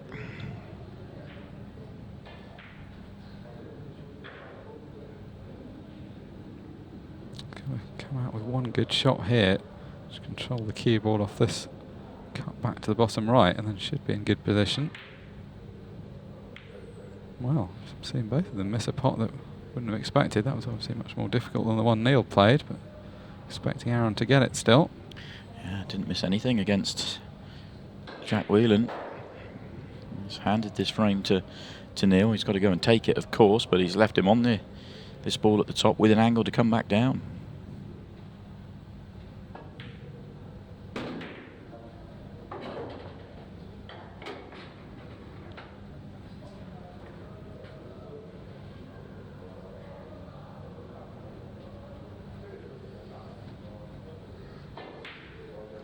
This definitely won't have felt a very personal call out for Neil. He'll have known that as soon as that bounty got put on his head, he was going to be a desirable next opponent. But still, of course, there is the element, once Aaron calls him out, he's got to follow up with the goods. He's sort of saying that he does expect to beat him. Maybe that's part of the reason why Aaron did go that way rather than the way I think he should have gone, is that it's the call that probably was least offensive, but I think you've got to do what's right for winning the tournament. Certainly at this stage in the tournament.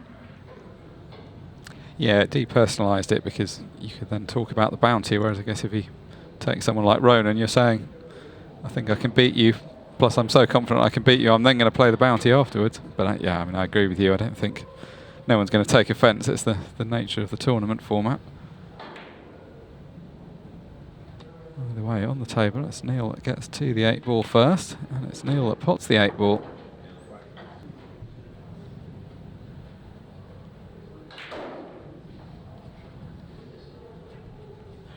It's the only shot he's played so far on this clearance that could be missed. You're not expecting him to because he doesn't have to do too much with the cue ball. He has to keep his head still and cue this one.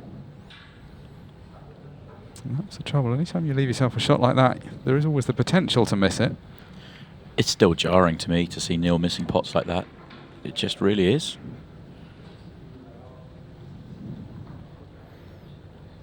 I feel like that's a huge moment in this match. We're well into the second half of it now. He should be 2-1 up and have the break to come.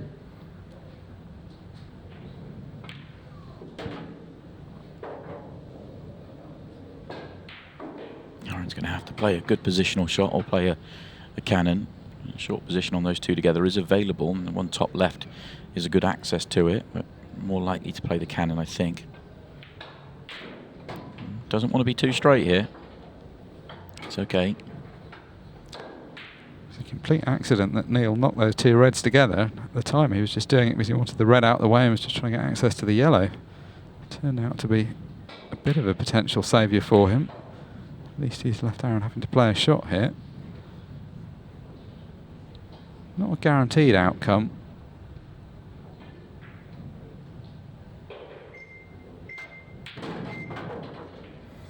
He missed it. Missed it by... It's quite a big target to miss for a player of Aaron's level as well. He's missed it in a really bad way as well because he's come all the way around the back of it and left himself full ball snookered despite it being quite a big target.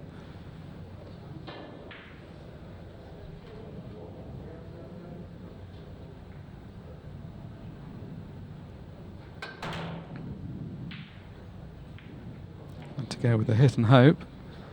And that's no good. No luck on the hit and hope. Left it routine for Neil Raybone.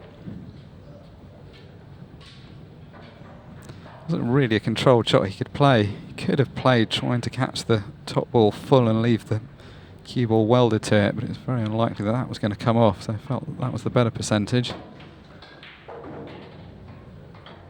Bit fortunate to get this second chance because Neil has already missed 1 good go at these yellow balls. No real surprise to see the odd nervy miss. We're now getting to the stage of the tournament where every match is pretty valuable. Not that far away from the win now, plus money jumps every match that you win.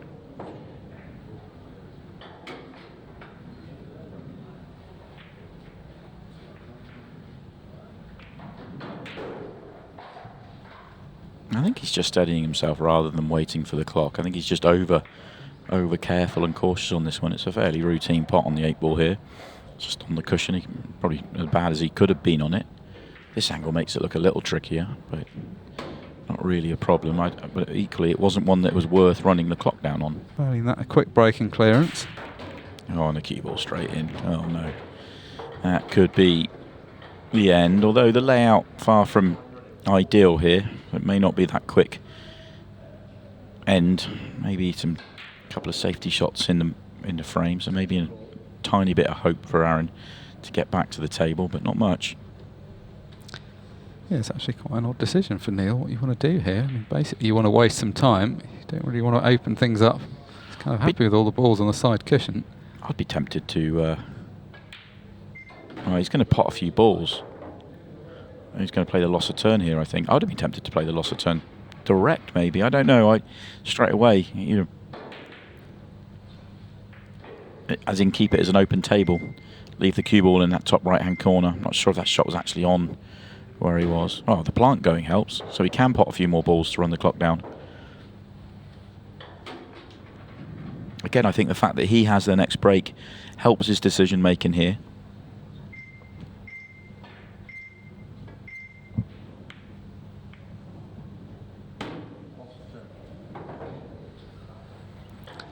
Realistically, this is all over for Aaron unless he can pot a ball off this shot. Well, he has potted a ball. Great shot. I think Neil, when he played the loss of turn, he wasn't playing the loss of turn. He was playing to leave the red on top of the yellow and make it not pot. Well, this isn't out of the question. He can double the ball to the middle. Just needs to leave enough time.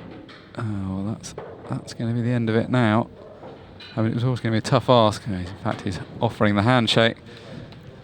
Yeah, big disappointment that for Aaron. He played brilliantly in his first match against Jack Wheelen. That earned him the money, earned him the bounty, and then you start thinking about maybe getting yourself in with a hope of winning the tournament, but that's gone pretty quickly. Who do you fancy playing next? You can go to the random draw. You can choose one of our gents there in front of you. What do you want to do? I'll play Ronan. Ronan, down you come, mate. Straight away. The babe gets his hand on the table. Come on in, mate. We'll have a quick chat, Ronan. Don't know where you were going there, mate. Thoughts behind the decision, Neil? Not really. Just obviously, to be honest, I've got a terrible record against Ronan over the years. But obviously, the last couple of times done all right. So yeah, see how we go. See how we go. Came in cold, obviously. Not anything remarkable, but just did what he needed to do.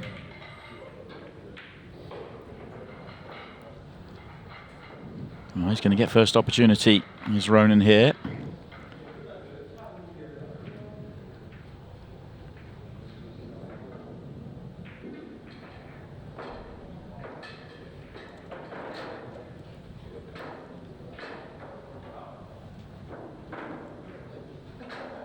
This and 5 more matches to come this evening.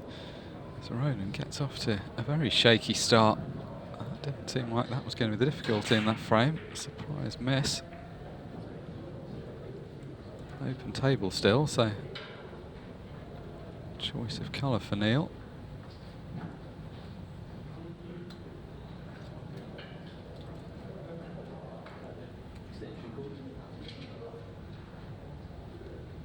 No surprise, obviously, to see him go with the reds.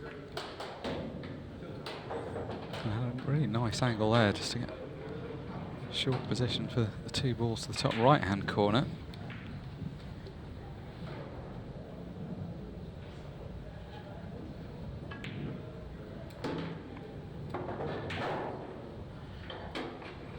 This is an absolutely ideal chance. Came up dry off the break, which would have been disappointing, but then handed the table back straight away. Just trying to work out what the other players in the tournament are wanting right now. I suppose Tom Cousins wouldn't mind seeing a Ronan McCarthy. Sorry, wouldn't mind seeing a Neil Raybone victory, because it means that Neil has to go to the random draw or pick out Tom. I suppose if Ronan won, that may be better for him, because Ronan's more likely to pick somebody that wouldn't be Tom, so maybe that is what he'd rather have. I suspect players like Sean Chipperfield, Carl Sutton are probably hoping for a Ronan victory, so they pick better than the random draw, perhaps. Of course, Christy doesn't really care, because he's still sitting around knowing he can't play next. Yeah, he's got one more game off, then the hot seat concept goes when we get down to 5 players. Yeah, we're at 7 now, aren't we? So after this one, we're down to 6. One more game gets us to the 5, and then the hot seat disappears.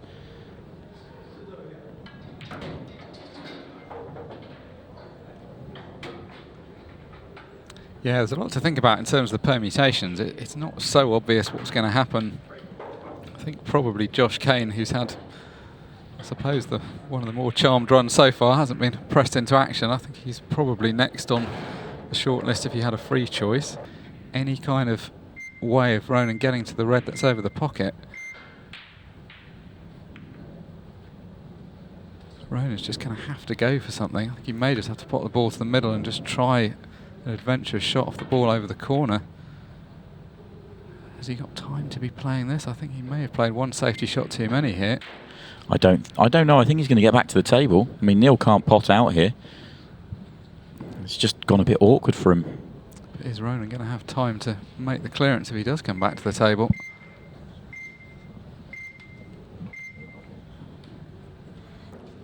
This has to be the visit. And the shot, I think there's a shot on here. He can make the one nearest the pocket. Yeah, that was poor from Neil. Well, this is going to have to be a buzzer beater from Ronan McCarthy. He's got time. Doesn't want the cue ball travelling around too much. Just got to slow it down, get position on the 8 ball. He wants to make it a buzzer beater, though. Neil Raybone has the break, so he should be waiting till the final second here. He doesn't want to pot this. He wants to wait. Well, the score is levelled at 2-all, and we could have our first 6 red shootout if it's not a golden break from Neil Raybone. And it's moving. It's close. Wow. Dangerously close. Neil's laughing, but he'll be kicking himself he didn't win the match in real time. Ronan McCarthy, definitely the happier of the 2 players to be going to a 6 red shootout. Our first one of the weekend. I thought we'd have quite a lot this weekend. This is our first. Decent break. Had to wait a little bit there, but these are pretty good for stop shots. These have come out quite nicely. He just needs to hold himself together. Just that one a little close to the cushion, but he can get right behind it. This could be very good. This has been a great start from Ronan McCarthy. Just 1 ball to go. Yeah, just steadied himself on that last shot. So he's maybe a few seconds, maybe a second and a half over what I felt he could do. I felt like he dropped that one into the centre pocket quite firm. And I think, yeah, that's why the grimace, because I think he knows he could have set 21 there. Oh, this is brilliant. That's a brilliant break. That's the split you want to beat this time. Oh, he's going through these so well. Great long shot. Lots of time here. Plenty of time.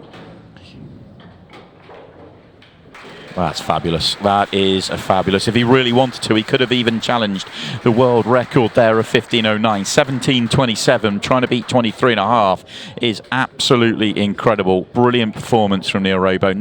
That break was perfection. Random draw. Let's do it. What have we got?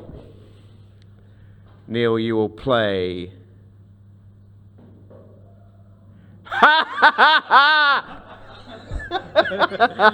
Oh, fantastic. Tom Cousins. Should have chose him tonight, to be honest. That is absolutely fantastic. Coming in, TC. That is a very, very popular draw for the rest of the players. Well, I bet you must have thought, great, he's not chosen me. I can sit back again, keep my cue in its case, and here you are. Yeah, I mean, I've been lucky enough to get this far without playing, so it's about time I had a game.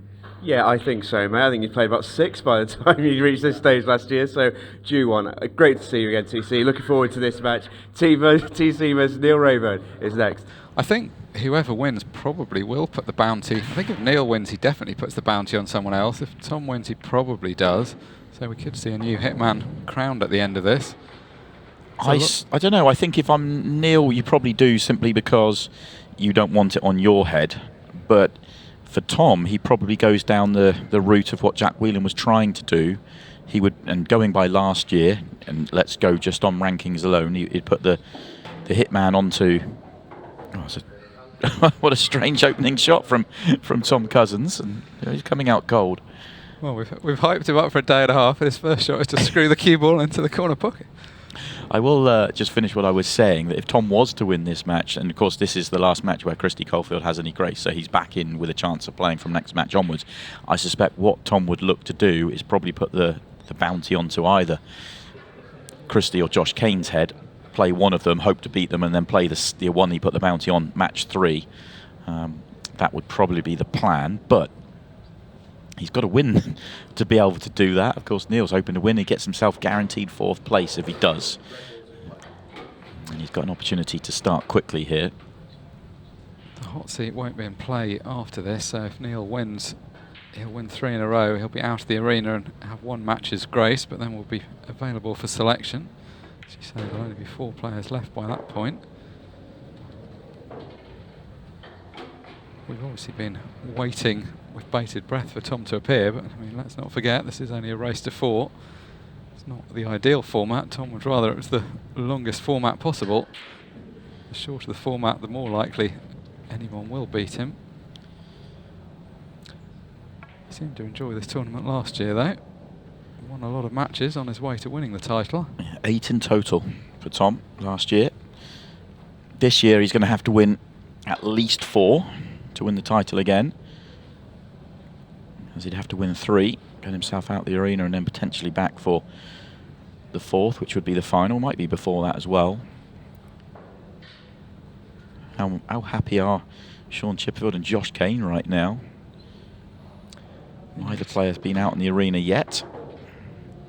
Yeah, what a result. 6 players left in a tournament. There'll be 5 by the time either of them has any chance of coming out, so guaranteed 5th place without potting a ball.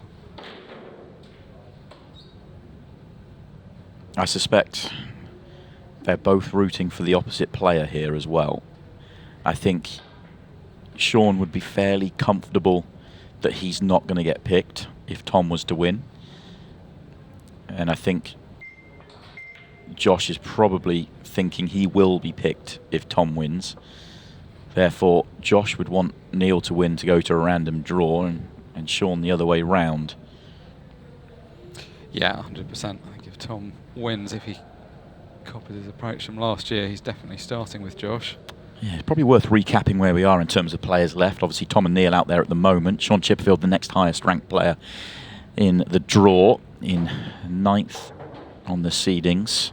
Carl Sutton also still involved. Christy Coffield, who was brilliant this morning and has sat there without any jeopardy on him for the rest of the day in the hot seat. Of course, now he is eligible to be picked again. And then Josh Kane, who we've not seen just yet, former WEPF World Master champion. I think everybody in the game has been saying how much they respect Josh's game and they expect him to win with Ultimate Pool at some point.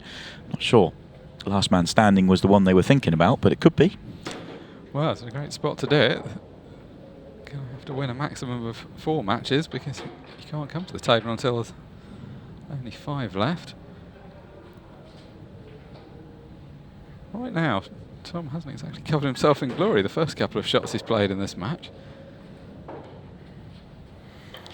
If I remember rightly, obviously slightly longer race when they played last time. Obviously, Neil won his first match of the tournament, then called out Tom Cousins with the second match of the tournament.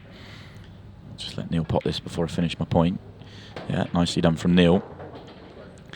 I think Neil got off to a 3-0 start against Tom in that second match, but they'd have to win 3 matches to then get into that position. I wonder, is it reached the time where you just stick it on your own head and just say, yeah, I'll have it if I win the tournament? The trouble with putting it on your own head is it then makes you a very desirable target. I mean, he's not super desirable because he's going to have played very well here. But so let's work it through. If there'd be 5 left, and he's ineligible for the next match, so by the time he's next potentially in play, there'd be 4 left. So somebody would win. The 2 random players would get drawn out. Somebody would win, and what you're saying is if he puts it on his head, he's more likely to be called out in that match. So yeah, maybe you are right. I think maybe you do hedge your bets a little bit and put it on somebody else's head. Instinctively, it feels like having the bounty on your own head because you only get it if you win the tournament, and at that point you're already winning quite a lot, so it's maybe not a major increment. But you can't win it off somebody else's head whilst you're a hitman. So I think, I don't know, the signal of intent, if you put it on your own head to say, I'm playing well, you don't want to pick me, I don't think that would sway too many people, in all honesty. But first things first, he's got to win the match. Tom's in with a chance here, and he can do this quite quickly. And this is off the Neil Raybone break as well, so chance to go back-to-back here and make it an interesting finale here.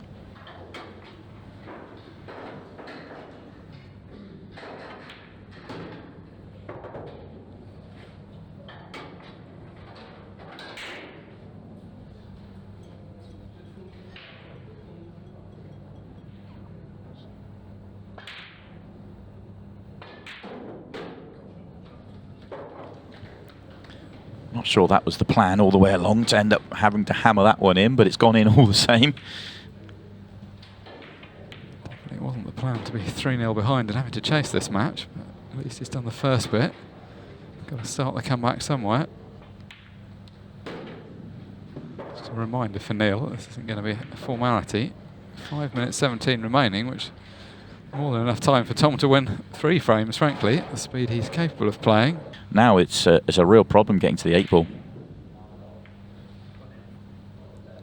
Well, drifted into an exhibition game here. He's really pulling the big shots out.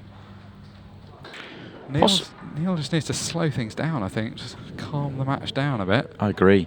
Almost rushing a little bit is Tom. 4 minutes, 5 minutes when he came, was starting that visit was quite a long time. Yeah, and I think Neil doesn't want to get drawn into that. It's not a rush for him. He just needs to take his time.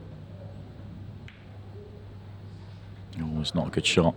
Still remains the same problem here, though, for Tom, is that getting up to the 8 ball's not easy.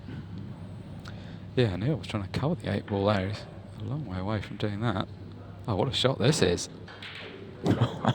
What a shot that was from Tom Cousin. Yeah, and he still needs another one unless he wants to go short side.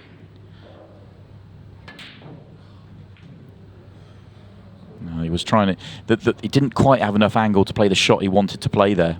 That was the problem he had. 3.5 minutes then for Neil Raybone. More importantly, he's just got to clear up here. I'd almost urge Neil to not even think about the clock. I know there's a potential double that needs to be played, but... Because Tom's so often ahead in matches, you don't very often see him chasing a finish, but it really feels like he's been chasing. Neil's, well, if you say that was the right shot, I guess he's played it as a kind of shot to nothing.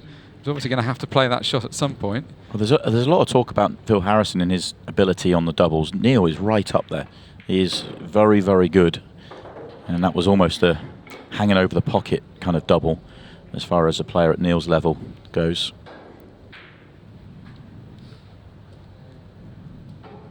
Not going to get a better chance than this to beat the 9 times Ultimate Pool champion Tom Cousins.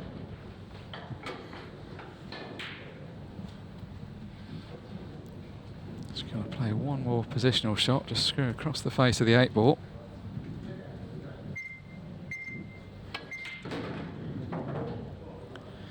And this 8 ball for it. And attempting not to cannon the 8 ball, he's just got into it a bit too much, but still shouldn't be a problem.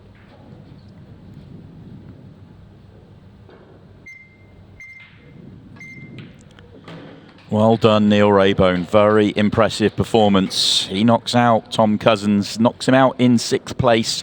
We thought about it earlier. It was a bit of a dry run because I made a balls up. But you do now get the chance to play with a little bit of money. That was a Hitman v Hitman clash. You can add Tom's £500 Be More money onto your own pretty head and have a £1,000 bounty on you, or you can give it to someone else. Who would you like to give it to if you would like to? I'll give it to someone else. I'll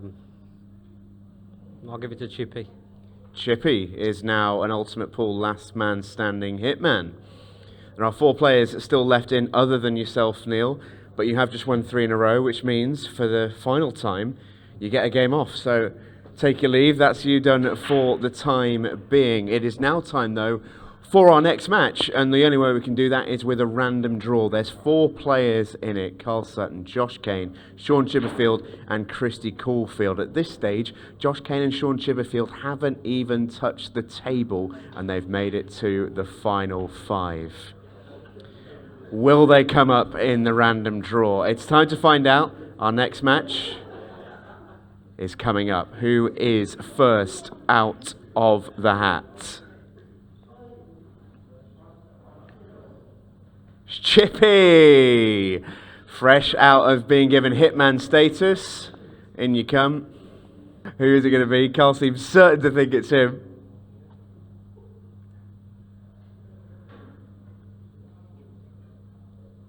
Christy Coffield! The first game he could come back into the arena, and here he is straight away. You were safe for so long, Christy.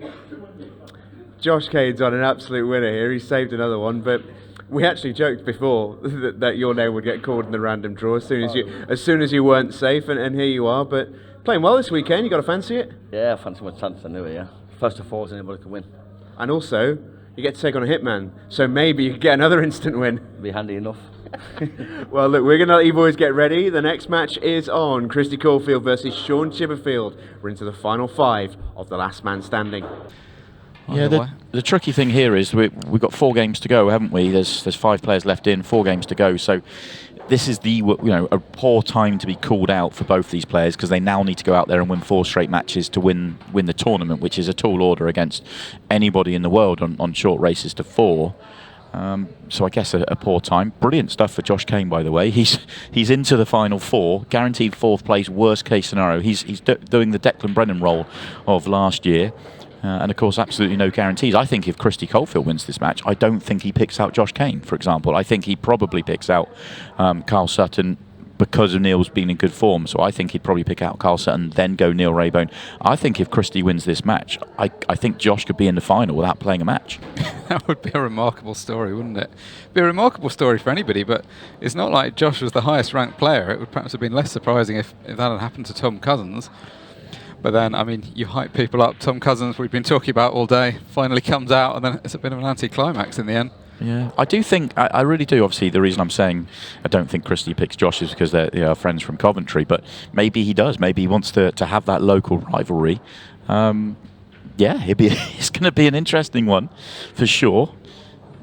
Yeah, of course, if he did win and doesn't pick him in the first one, he can't pick him in the second one, so Josh would be safe for 2 in that scenario. And obviously, if it does go down that way, maybe it is a case of, Josh could be sitting there going, come on, Christy, you win 3, I'll play you in the final. Let's go. Let's do it. Christy played really well, playing our first 3 matches of this morning, which is why he got the hot seat. He's obviously going to be annoyed to be pulled out now because this was the first match he was eligible for since then, but I mean, actually, he's going to be pretty pleased to have had that hot seat all day. That wasn't by any means guaranteed.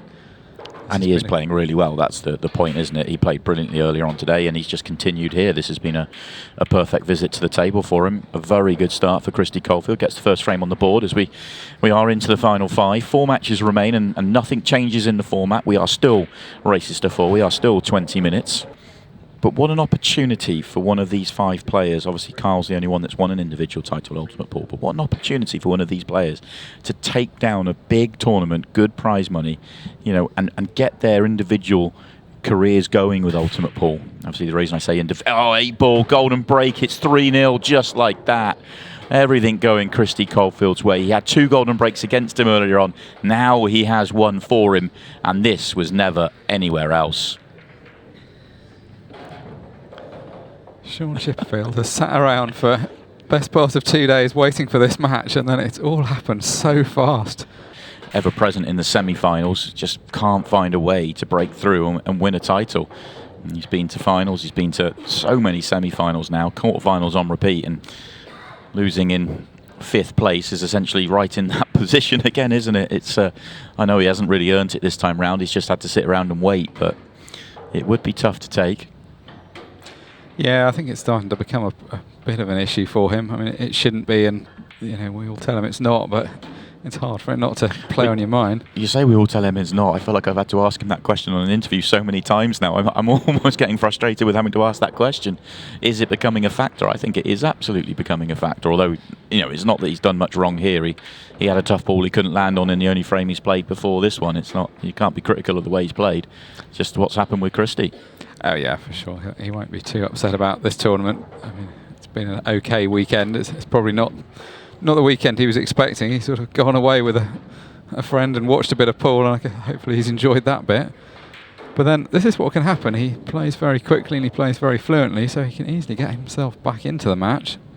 Will he get 3 more chances? We might have to get the clock on that one. Definitely the quickest break clearance of the weekend, no doubt about that. But how quick was it? It was well under a minute. Whatever Christy did there, he still had the problem with the 2 balls tied up. That's come out really nicely for Christy as well, because he's knocked the yellow over the bottom right corner pocket.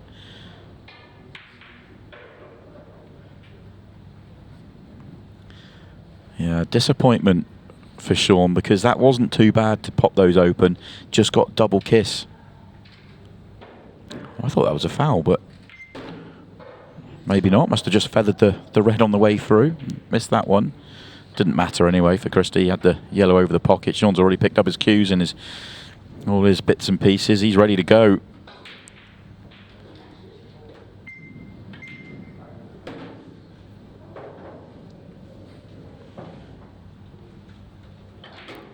And a simple 8 ball for Christy Coffield to finally win this match. Probably should have won it 4-1 and 4-2. Gets a second opportunity to win it 4-2 and takes it. Christy Coffield into the final 4. And just like Tom Cousins in the match before him, Sean Chipperfield has had to wait around for 2 full days. Finally gets out to the table, and it doesn't happen for him. Now, the most important thing is Sean was a hitman. So, yeah, he just remembered. We could be about to be making some more memories for Christy Coffield. So Sean was a hitman, which means you have 2 options here. Either you are going to get yourself a second instant win, another 500 quid, or that 500 quid is going to go on your head. I know which one you want, because you're a greedy boy. Let's see what you're going to get. Let's find out Christy Caufield's prize for defeating hitman Sean Chipperfield. Unlucky, mate. Well, enough for twice, was it? No, I think once was enough, but it does mean you are a bounty. You are now a hitman, which... well, I suppose if you end up winning the tournament, not a bad thing. It's another 500 quid bonus. And that's what you got to do at this stage. So not the end of the world, hey. But we do now have to find out your next opponent. Your option is limited. Not many players left in this one. Are you calling out first of all, or are you going to the random draw? I'm going to call out. Who do you fancy? I'm not going to call out Josh, he's my pal, so I'm going to call out... Oh man, let's go with... Anyone want it? What do you think? Let's go with... Let's give Carl a game. He had a game for a while. All right, Carl, in you come. In you come. For 20 minutes. Thanks very much. Of course, he was involved in the longest ever frame, 22.5 minutes, so he has form, he has previous. He's not necessarily a player you'd associate with a 20-minute frame, is he? No, and I think that's part of the reason why he lost it. A bit of help from his opponent, I imagine, along the way. Yeah, he was as frustrated, I think, as everyone was watching that frame. I found it fascinating, actually, but yeah, Brian Halcrow just was in complete control of it through the whole way, and just eventually was able to win the frame. But there was a lot of waiting for that to happen. Christy's in for another chance here. This looks like the plant goes. It also looks like when he plays the plant, the yellow goes to the left-hand side, meaning the ball he's playing will still be available and he'll be on the one on the top cushion. This looks set to be perfect, although the first shot here is delicate. Promise, it was. Yeah, he's made to look at a lot of difficult shots look very easy so far this weekend. I think because of his demeanour around the table, you maybe think that he's not going to have the most delicate touch, but there's been some real artistry at work through several of his clearances. Happy-go-lucky off the table, but actually very focused on the table.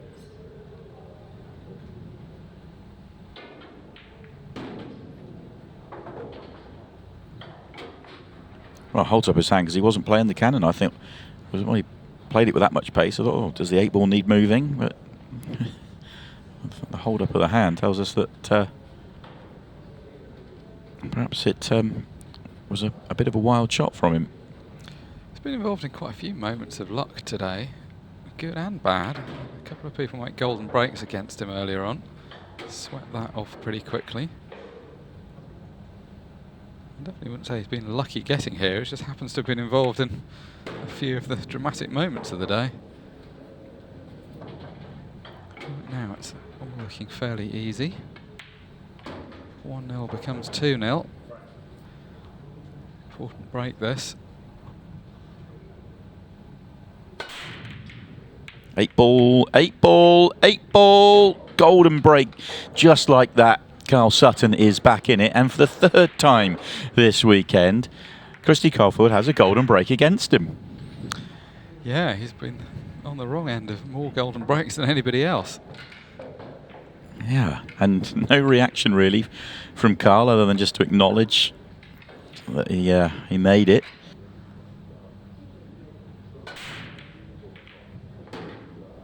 No golden break this time, but it's the perfect break. He hit that really well. Interesting leave. I think the 2 yellows are a plant. If they are a set plant, the yellows are pretty good here. Maybe the one he's next to is awkward because it's well blocked off.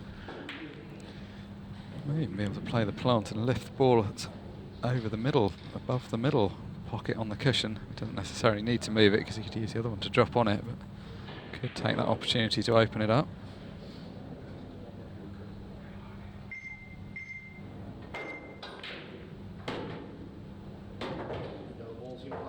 That's what he has done, and that's turned out pretty well because he's now got an angle to bump into the red that's blocking the yellow to the top left corner.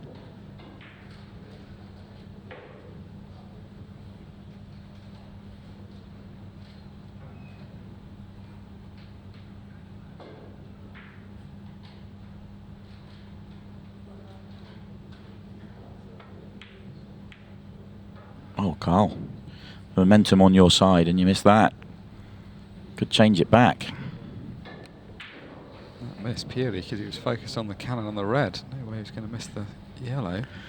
Interesting to see Neil Raybone sat over there in Carl Sutton's corner. Is he playing some mind games out there? He knows that if Christy Coffield wins this match that Christy's going to be calling out Neil because he has to call out Neil or go the random draw, but he's not going to call out Josh. So maybe Neil's trying to even it up and go and sit in Carl's corner and say, come on, mate, you've got this, and get himself into the final. Maybe tell him that Josh is his pick if Carl wins it. Yeah, I mean, it's not obvious what Carl will do. I mean, I think that will just come down to which of the 2 players he's got a better record against. Josh will be the obvious choice because he's cold in this tournament, but it's not an absolute certainty. Yeah, and he may well go for Josh because Neil may have just bought him a drink. Who knows? Whatever works at this point. Such a strange thing to be talking about. Normally this would sound so inappropriate in a tournament, but it's absolutely fine here. Of course, I mean, the one thing that wouldn't be appropriate was anybody playing less than their full ability at the table. There's no suggestion of that, but it's just a bit of gamesmanship as to who you choose to play next. Oh, that's made this frame really interesting. That is horrible. Yellow 8 ball set plant to the corner. What does Christy do here?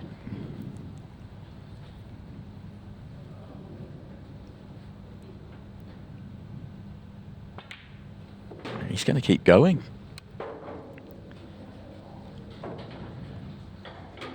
don't know how Christy makes the 8-ball.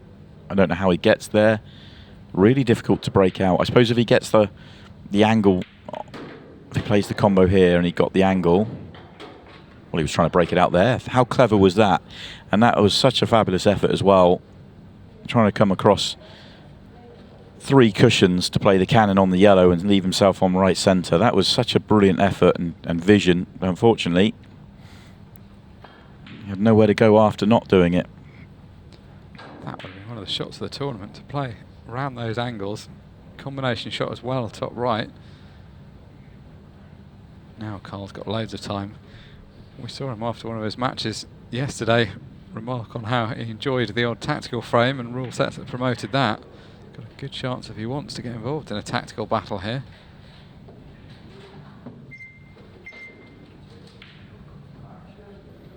This one could last a little while. I think even if Carl got cue ball in hand, he can't go short position on the yellow.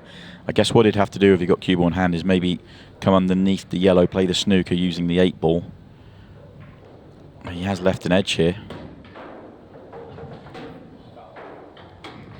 Well, now he can't hide behind the 8-ball, because the 8-ball's the ball in play. That's actually worked out okay a little bit for Christy, in terms of, obviously he was trying to win the frame in that visit, but it's made things very tough. Carl play this ball into that combo and screw. Oh no, I suppose into the black, not into the combo, and then screw the cue ball safe somewhere else. He's going to play yellow off the he's going to play yellow off the 8-ball, but as you say, this is a big shot.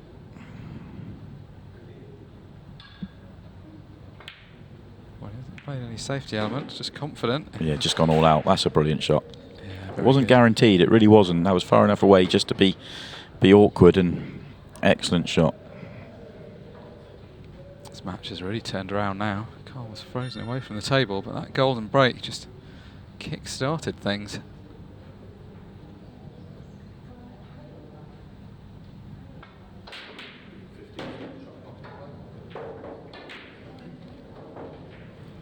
In interviews he comes over as lacking confidence, but he doesn't come over as lacking confidence when he's at the table.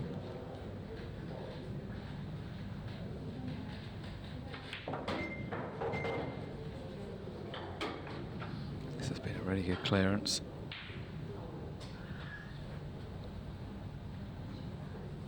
Christy wasn't a mile away from securing this frame earlier on, but once he didn't get the 8-ball open, this was always the likely result, but took some skill still from Carl to achieve it.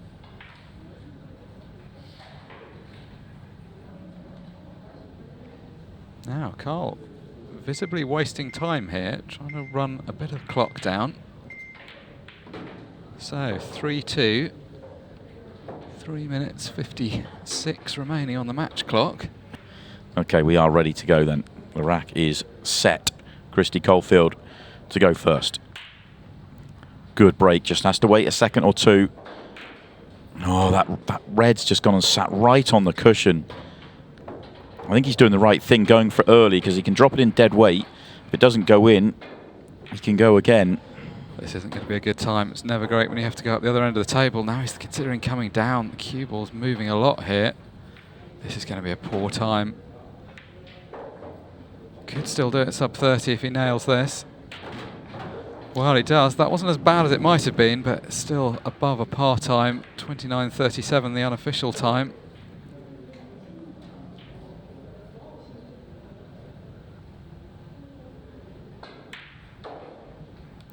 .29.36 to beat. And a very good break. Yeah, steady yourself here. Could have done an extra couple of rolls. I know we talk about stop shots. That's clever. That's clever, and that helps that you've only got 29 to beat. You can play that shot. Doing the right thing, not running around the table too much, trying to play shots from the same position. And this is good from Carl Sutton. 26 minutes, 26 seconds, 86. He has won. Christy Coffield storms out of the arena. He's disgusted with the time he set.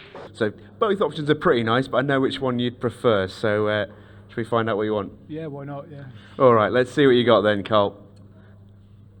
Your bounty rewards is going on your head.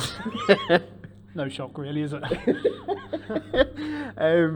So we do now, though, have a hitman bounty on your own heads, and you have a choice.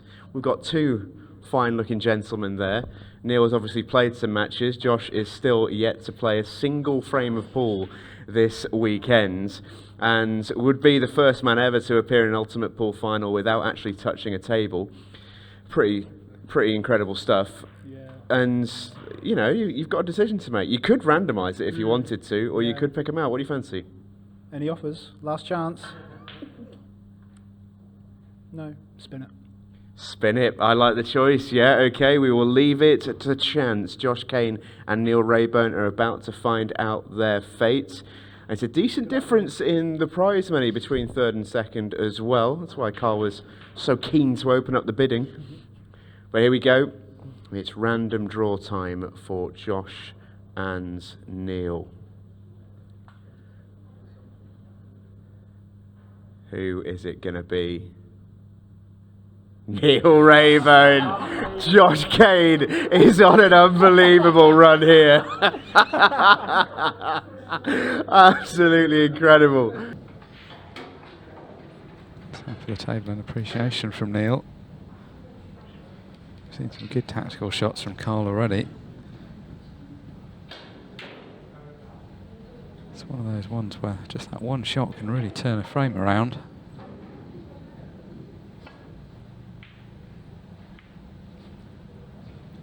Good hit, but always likely to leave some kind of shot at a red.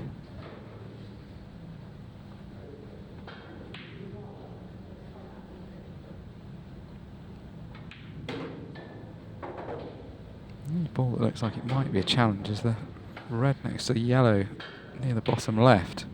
Whether he can just squeeze it in or into half a pocket, or whether he's going to have to nudge into it or play it to the other pocket.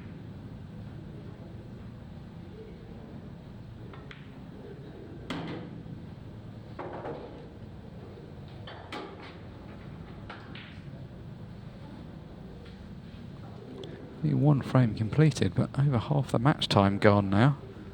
Yeah, you've got two players that just like to use the 30 seconds more often than not, and I talk about this quite a lot, and I'm not saying either player's doing anything wrong, but players that do this more often than not end up in a lot shorter matches, and therefore can end up in more 6-red shootouts and feel like they're not quite getting as fair a crack of the whip.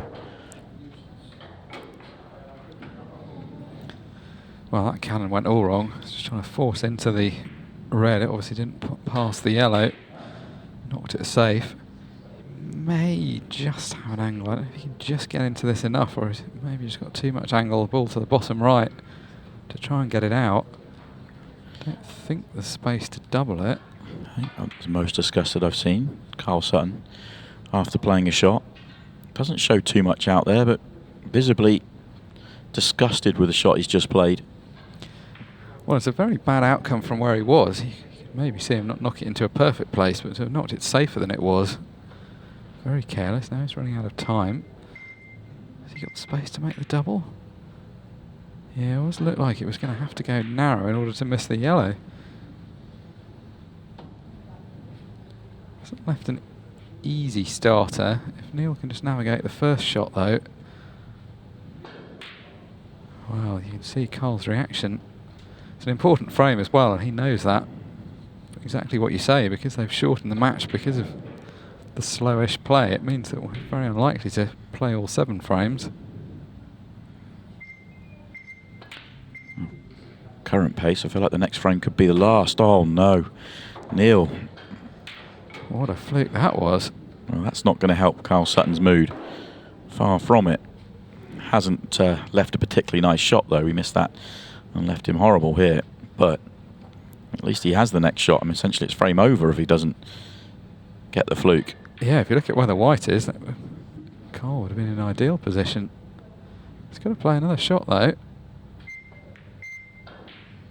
Just couldn't get close to the ball up the table, so had to sacrifice proximity to it for getting the right line.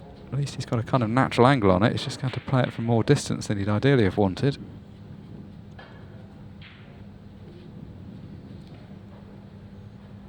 It's the kind kind of shot where you can get the cue ball a bit stuck to the top cushion. Just needs to try and get it clear down the table. That's not... Oh, he's okay. I thought he was going to knock it straight down the table. Second bit of a fortune for Neil in this visit.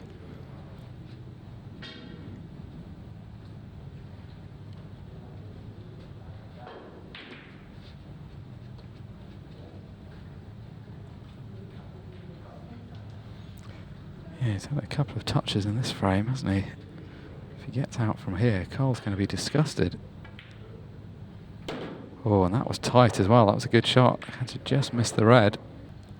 8-ball plays huge though, doesn't it? Do you drop it in and try and hold? Do you try and go past the 8-ball? Past the 8-ball it is, but don't go too far behind the red, which is what he's done. Oh, he looks angry now. Look how quickly he's getting down to play this shot. Oh, fabulous. Brilliant shot from Carl Sutton. Angry swerve, but in it goes. Moment of magic when he absolutely needed it.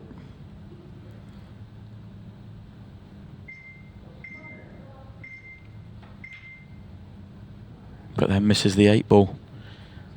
Ultimately, he's going to end up third.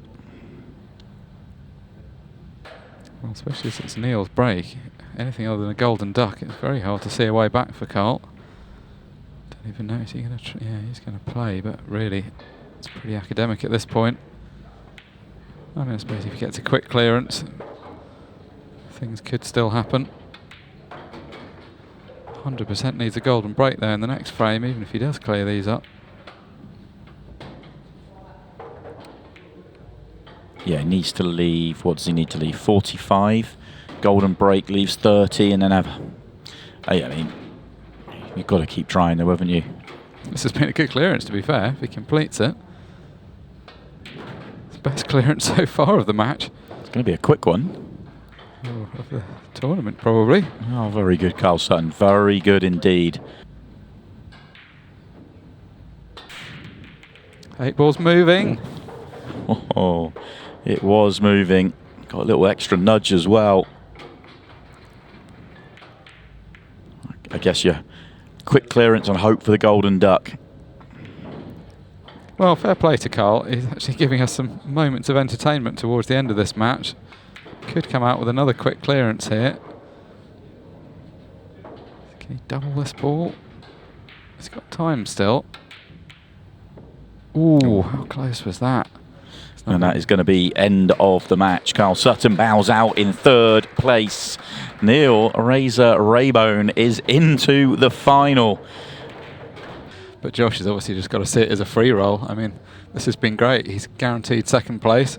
Could go one better. What a break to start with as well from Neil Raybone.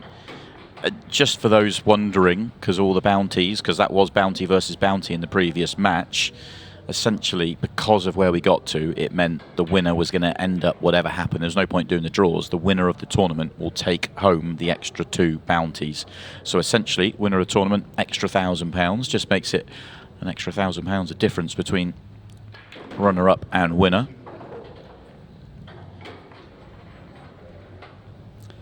I think the right result, you would say, would be the Neil win, but Josh getting a chance to show what he can do. But this is a first to 4 match. Anything is clearly possible, as we've seen throughout. This is the 32nd match we've watched this weekend.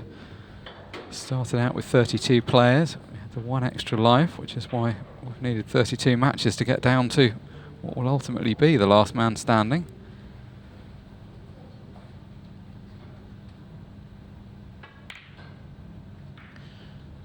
Well, a mistake. He was looking good there. That plant wasn't too challenging. And finally, we get to see Josh Kane at the table in the last man standing. He arrived at 10 AM yesterday. It is now 10 past 10 PM on Sunday. So 36 hours after he arrived, he finally gets to play a shot. Had a great tournament up until this point, though. He's made actually very constructive use of that 36 hours. Well, it's been a very profitable 36 hours, that's for sure. Whether he wins or loses this match. And I'm sure he's enjoyed moments. It's actually probably been quite hard sat out in the arena, much as we joke about it. Not knowing when you're going to come out is actually a bit of a strange position. joined us briefly for some commentary yesterday and spent the rest of it sat out in that main match arena, just not actually at the table.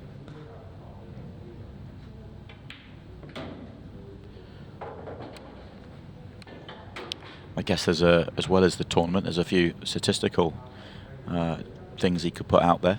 He could win the tournament without dropping a frame. He could win the tournament without missing a ball.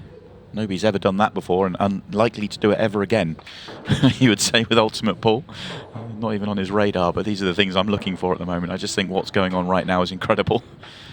He's not going to beat the record you were talking about, winning the tournament without playing a shot. Unfortunately. For some reason felt compelled to get involved in this frame. Yeah, I was thinking, could he win the tournament without potting a ball? That was something I was kind of, I've come up with another way how he could have done it. Neil could have potted the 8-ball and the white on the first frame, and then the second frame lasted the rest of the time. So that he could have actually won the tournament without potting a ball. To be fair to him, he's actually got off to a pretty good start here. He's got to play one difficult shot. The rest he's been in good control of. And that's not worked. His first mistake of the weekend. Yeah, and actually a bad moment. You never really want to miss the last ball because you can see the yellows are quite nicely spread around. Not an easy position to play a safety from. Not an easy position to pot the red from.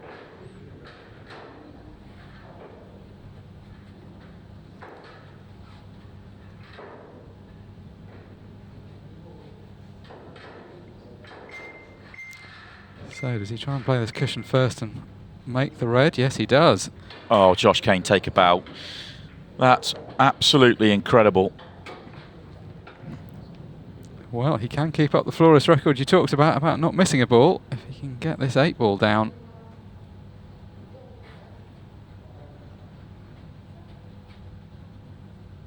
Not sure if he can just cut this to the middle pocket without risking losing the white in the corner. May have to look at the double or dig down on the white. Almost a miracle clearance from Josh Kane, but comes up just short with the final ball. This shot's special, though. This shot, that is very, very special. And it feels very similar to the Carl Sutton shot in the previous match. It means nothing because he misses the next ball, and that was a tough 8-ball. Make no mistake, but kind of almost devalues the magic. Much as in the last match, Neil Raybone suddenly gifted the chance back at the table that he probably thought he'd lost.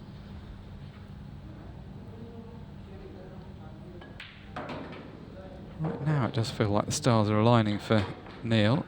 Slightly overdone that positional shot. He's now going to have to load up with left-hand side, which doesn't make the pot any easier. Let's drift the cue ball somewhere up towards the baulk cushion.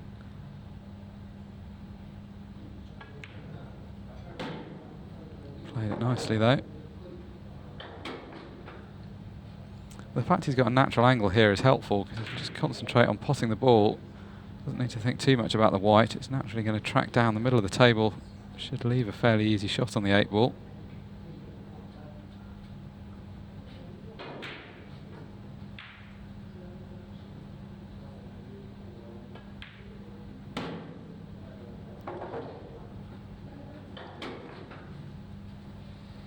Job done for Neil. That's the opening frame in the books.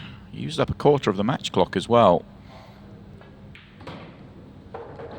So disappointing for Josh because he got in there with a good chance.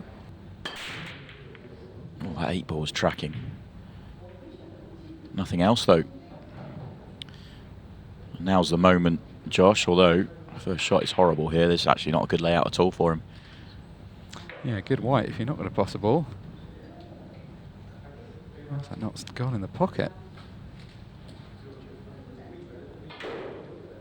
I mean, the layout's not great anyway. I don't know if it's an opening shot whether he could play the red along the top rail. So I'm going to be delighted to have to do that anyway because it's not like the rest of the layout's very good. This is exactly the frame he didn't want. Under 10 minutes remaining in the match, 2 frames down. Doesn't really want to waste 5 minutes chasing a safety game around in this frame. He's going to take it on. Red on the break line a problem, and obviously the one at the bottom of the table, but he wants to take this on. He wants to be aggressive, try and fight his way into this final. You can't really blame him. If he was the one with the 2-0 lead, it would be a different equation. He's got to get something started. Red goes past yellow, so that one's okay, but it's the ball on the other side of the table that's the problem.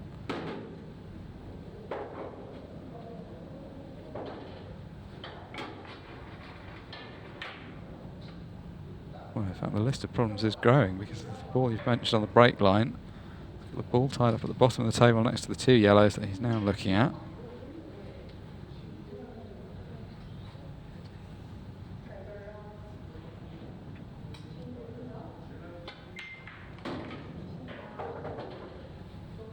Well, he has opened it up, but he's not on anything else. Not ideal, unless this goes in the middle. Horrible shot if it does.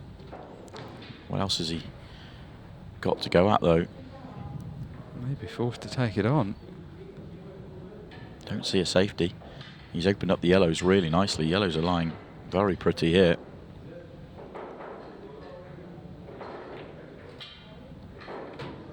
Oh, what a shot that is.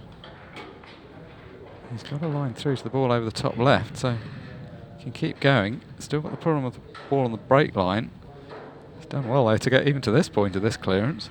I think he just needs to drag it in and try and almost, if he could land where the yellow is just below the break line in the middle of the table, play the double to the corner, and the one at the bottom's fine.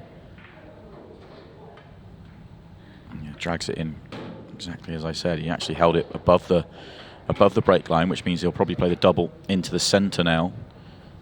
Have to work the cue ball pretty hard here to get round. It's an easier double played into the centre. It's a wider pocket to be coming into, but yeah, more travel required with the white. Big, big shot this. Oh, and it's a great shot. What a shot. What an out this will be. Obviously he's 2 pots away, but he's straight in here.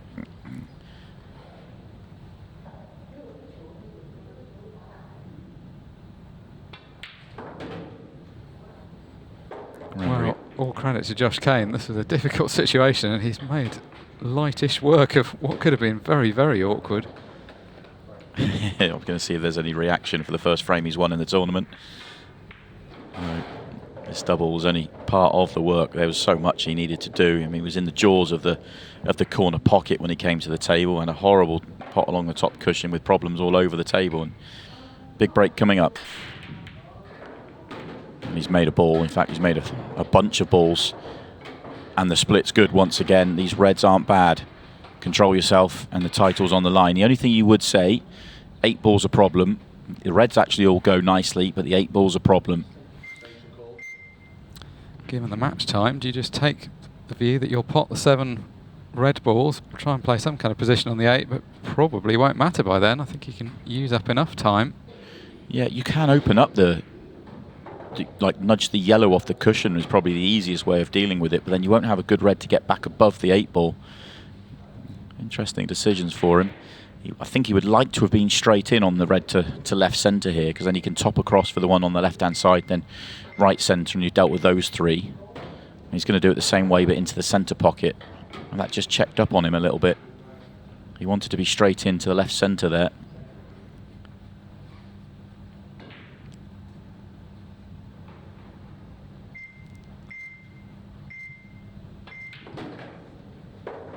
Match clock ticking towards the 1 minute mark now. Absent a major error from Josh Kane, it doesn't look like Neil's going to come back to the table with enough time to get the match levelled up. Maybe 20 seconds at best. Josh gets himself to the 8 ball here, drop it in.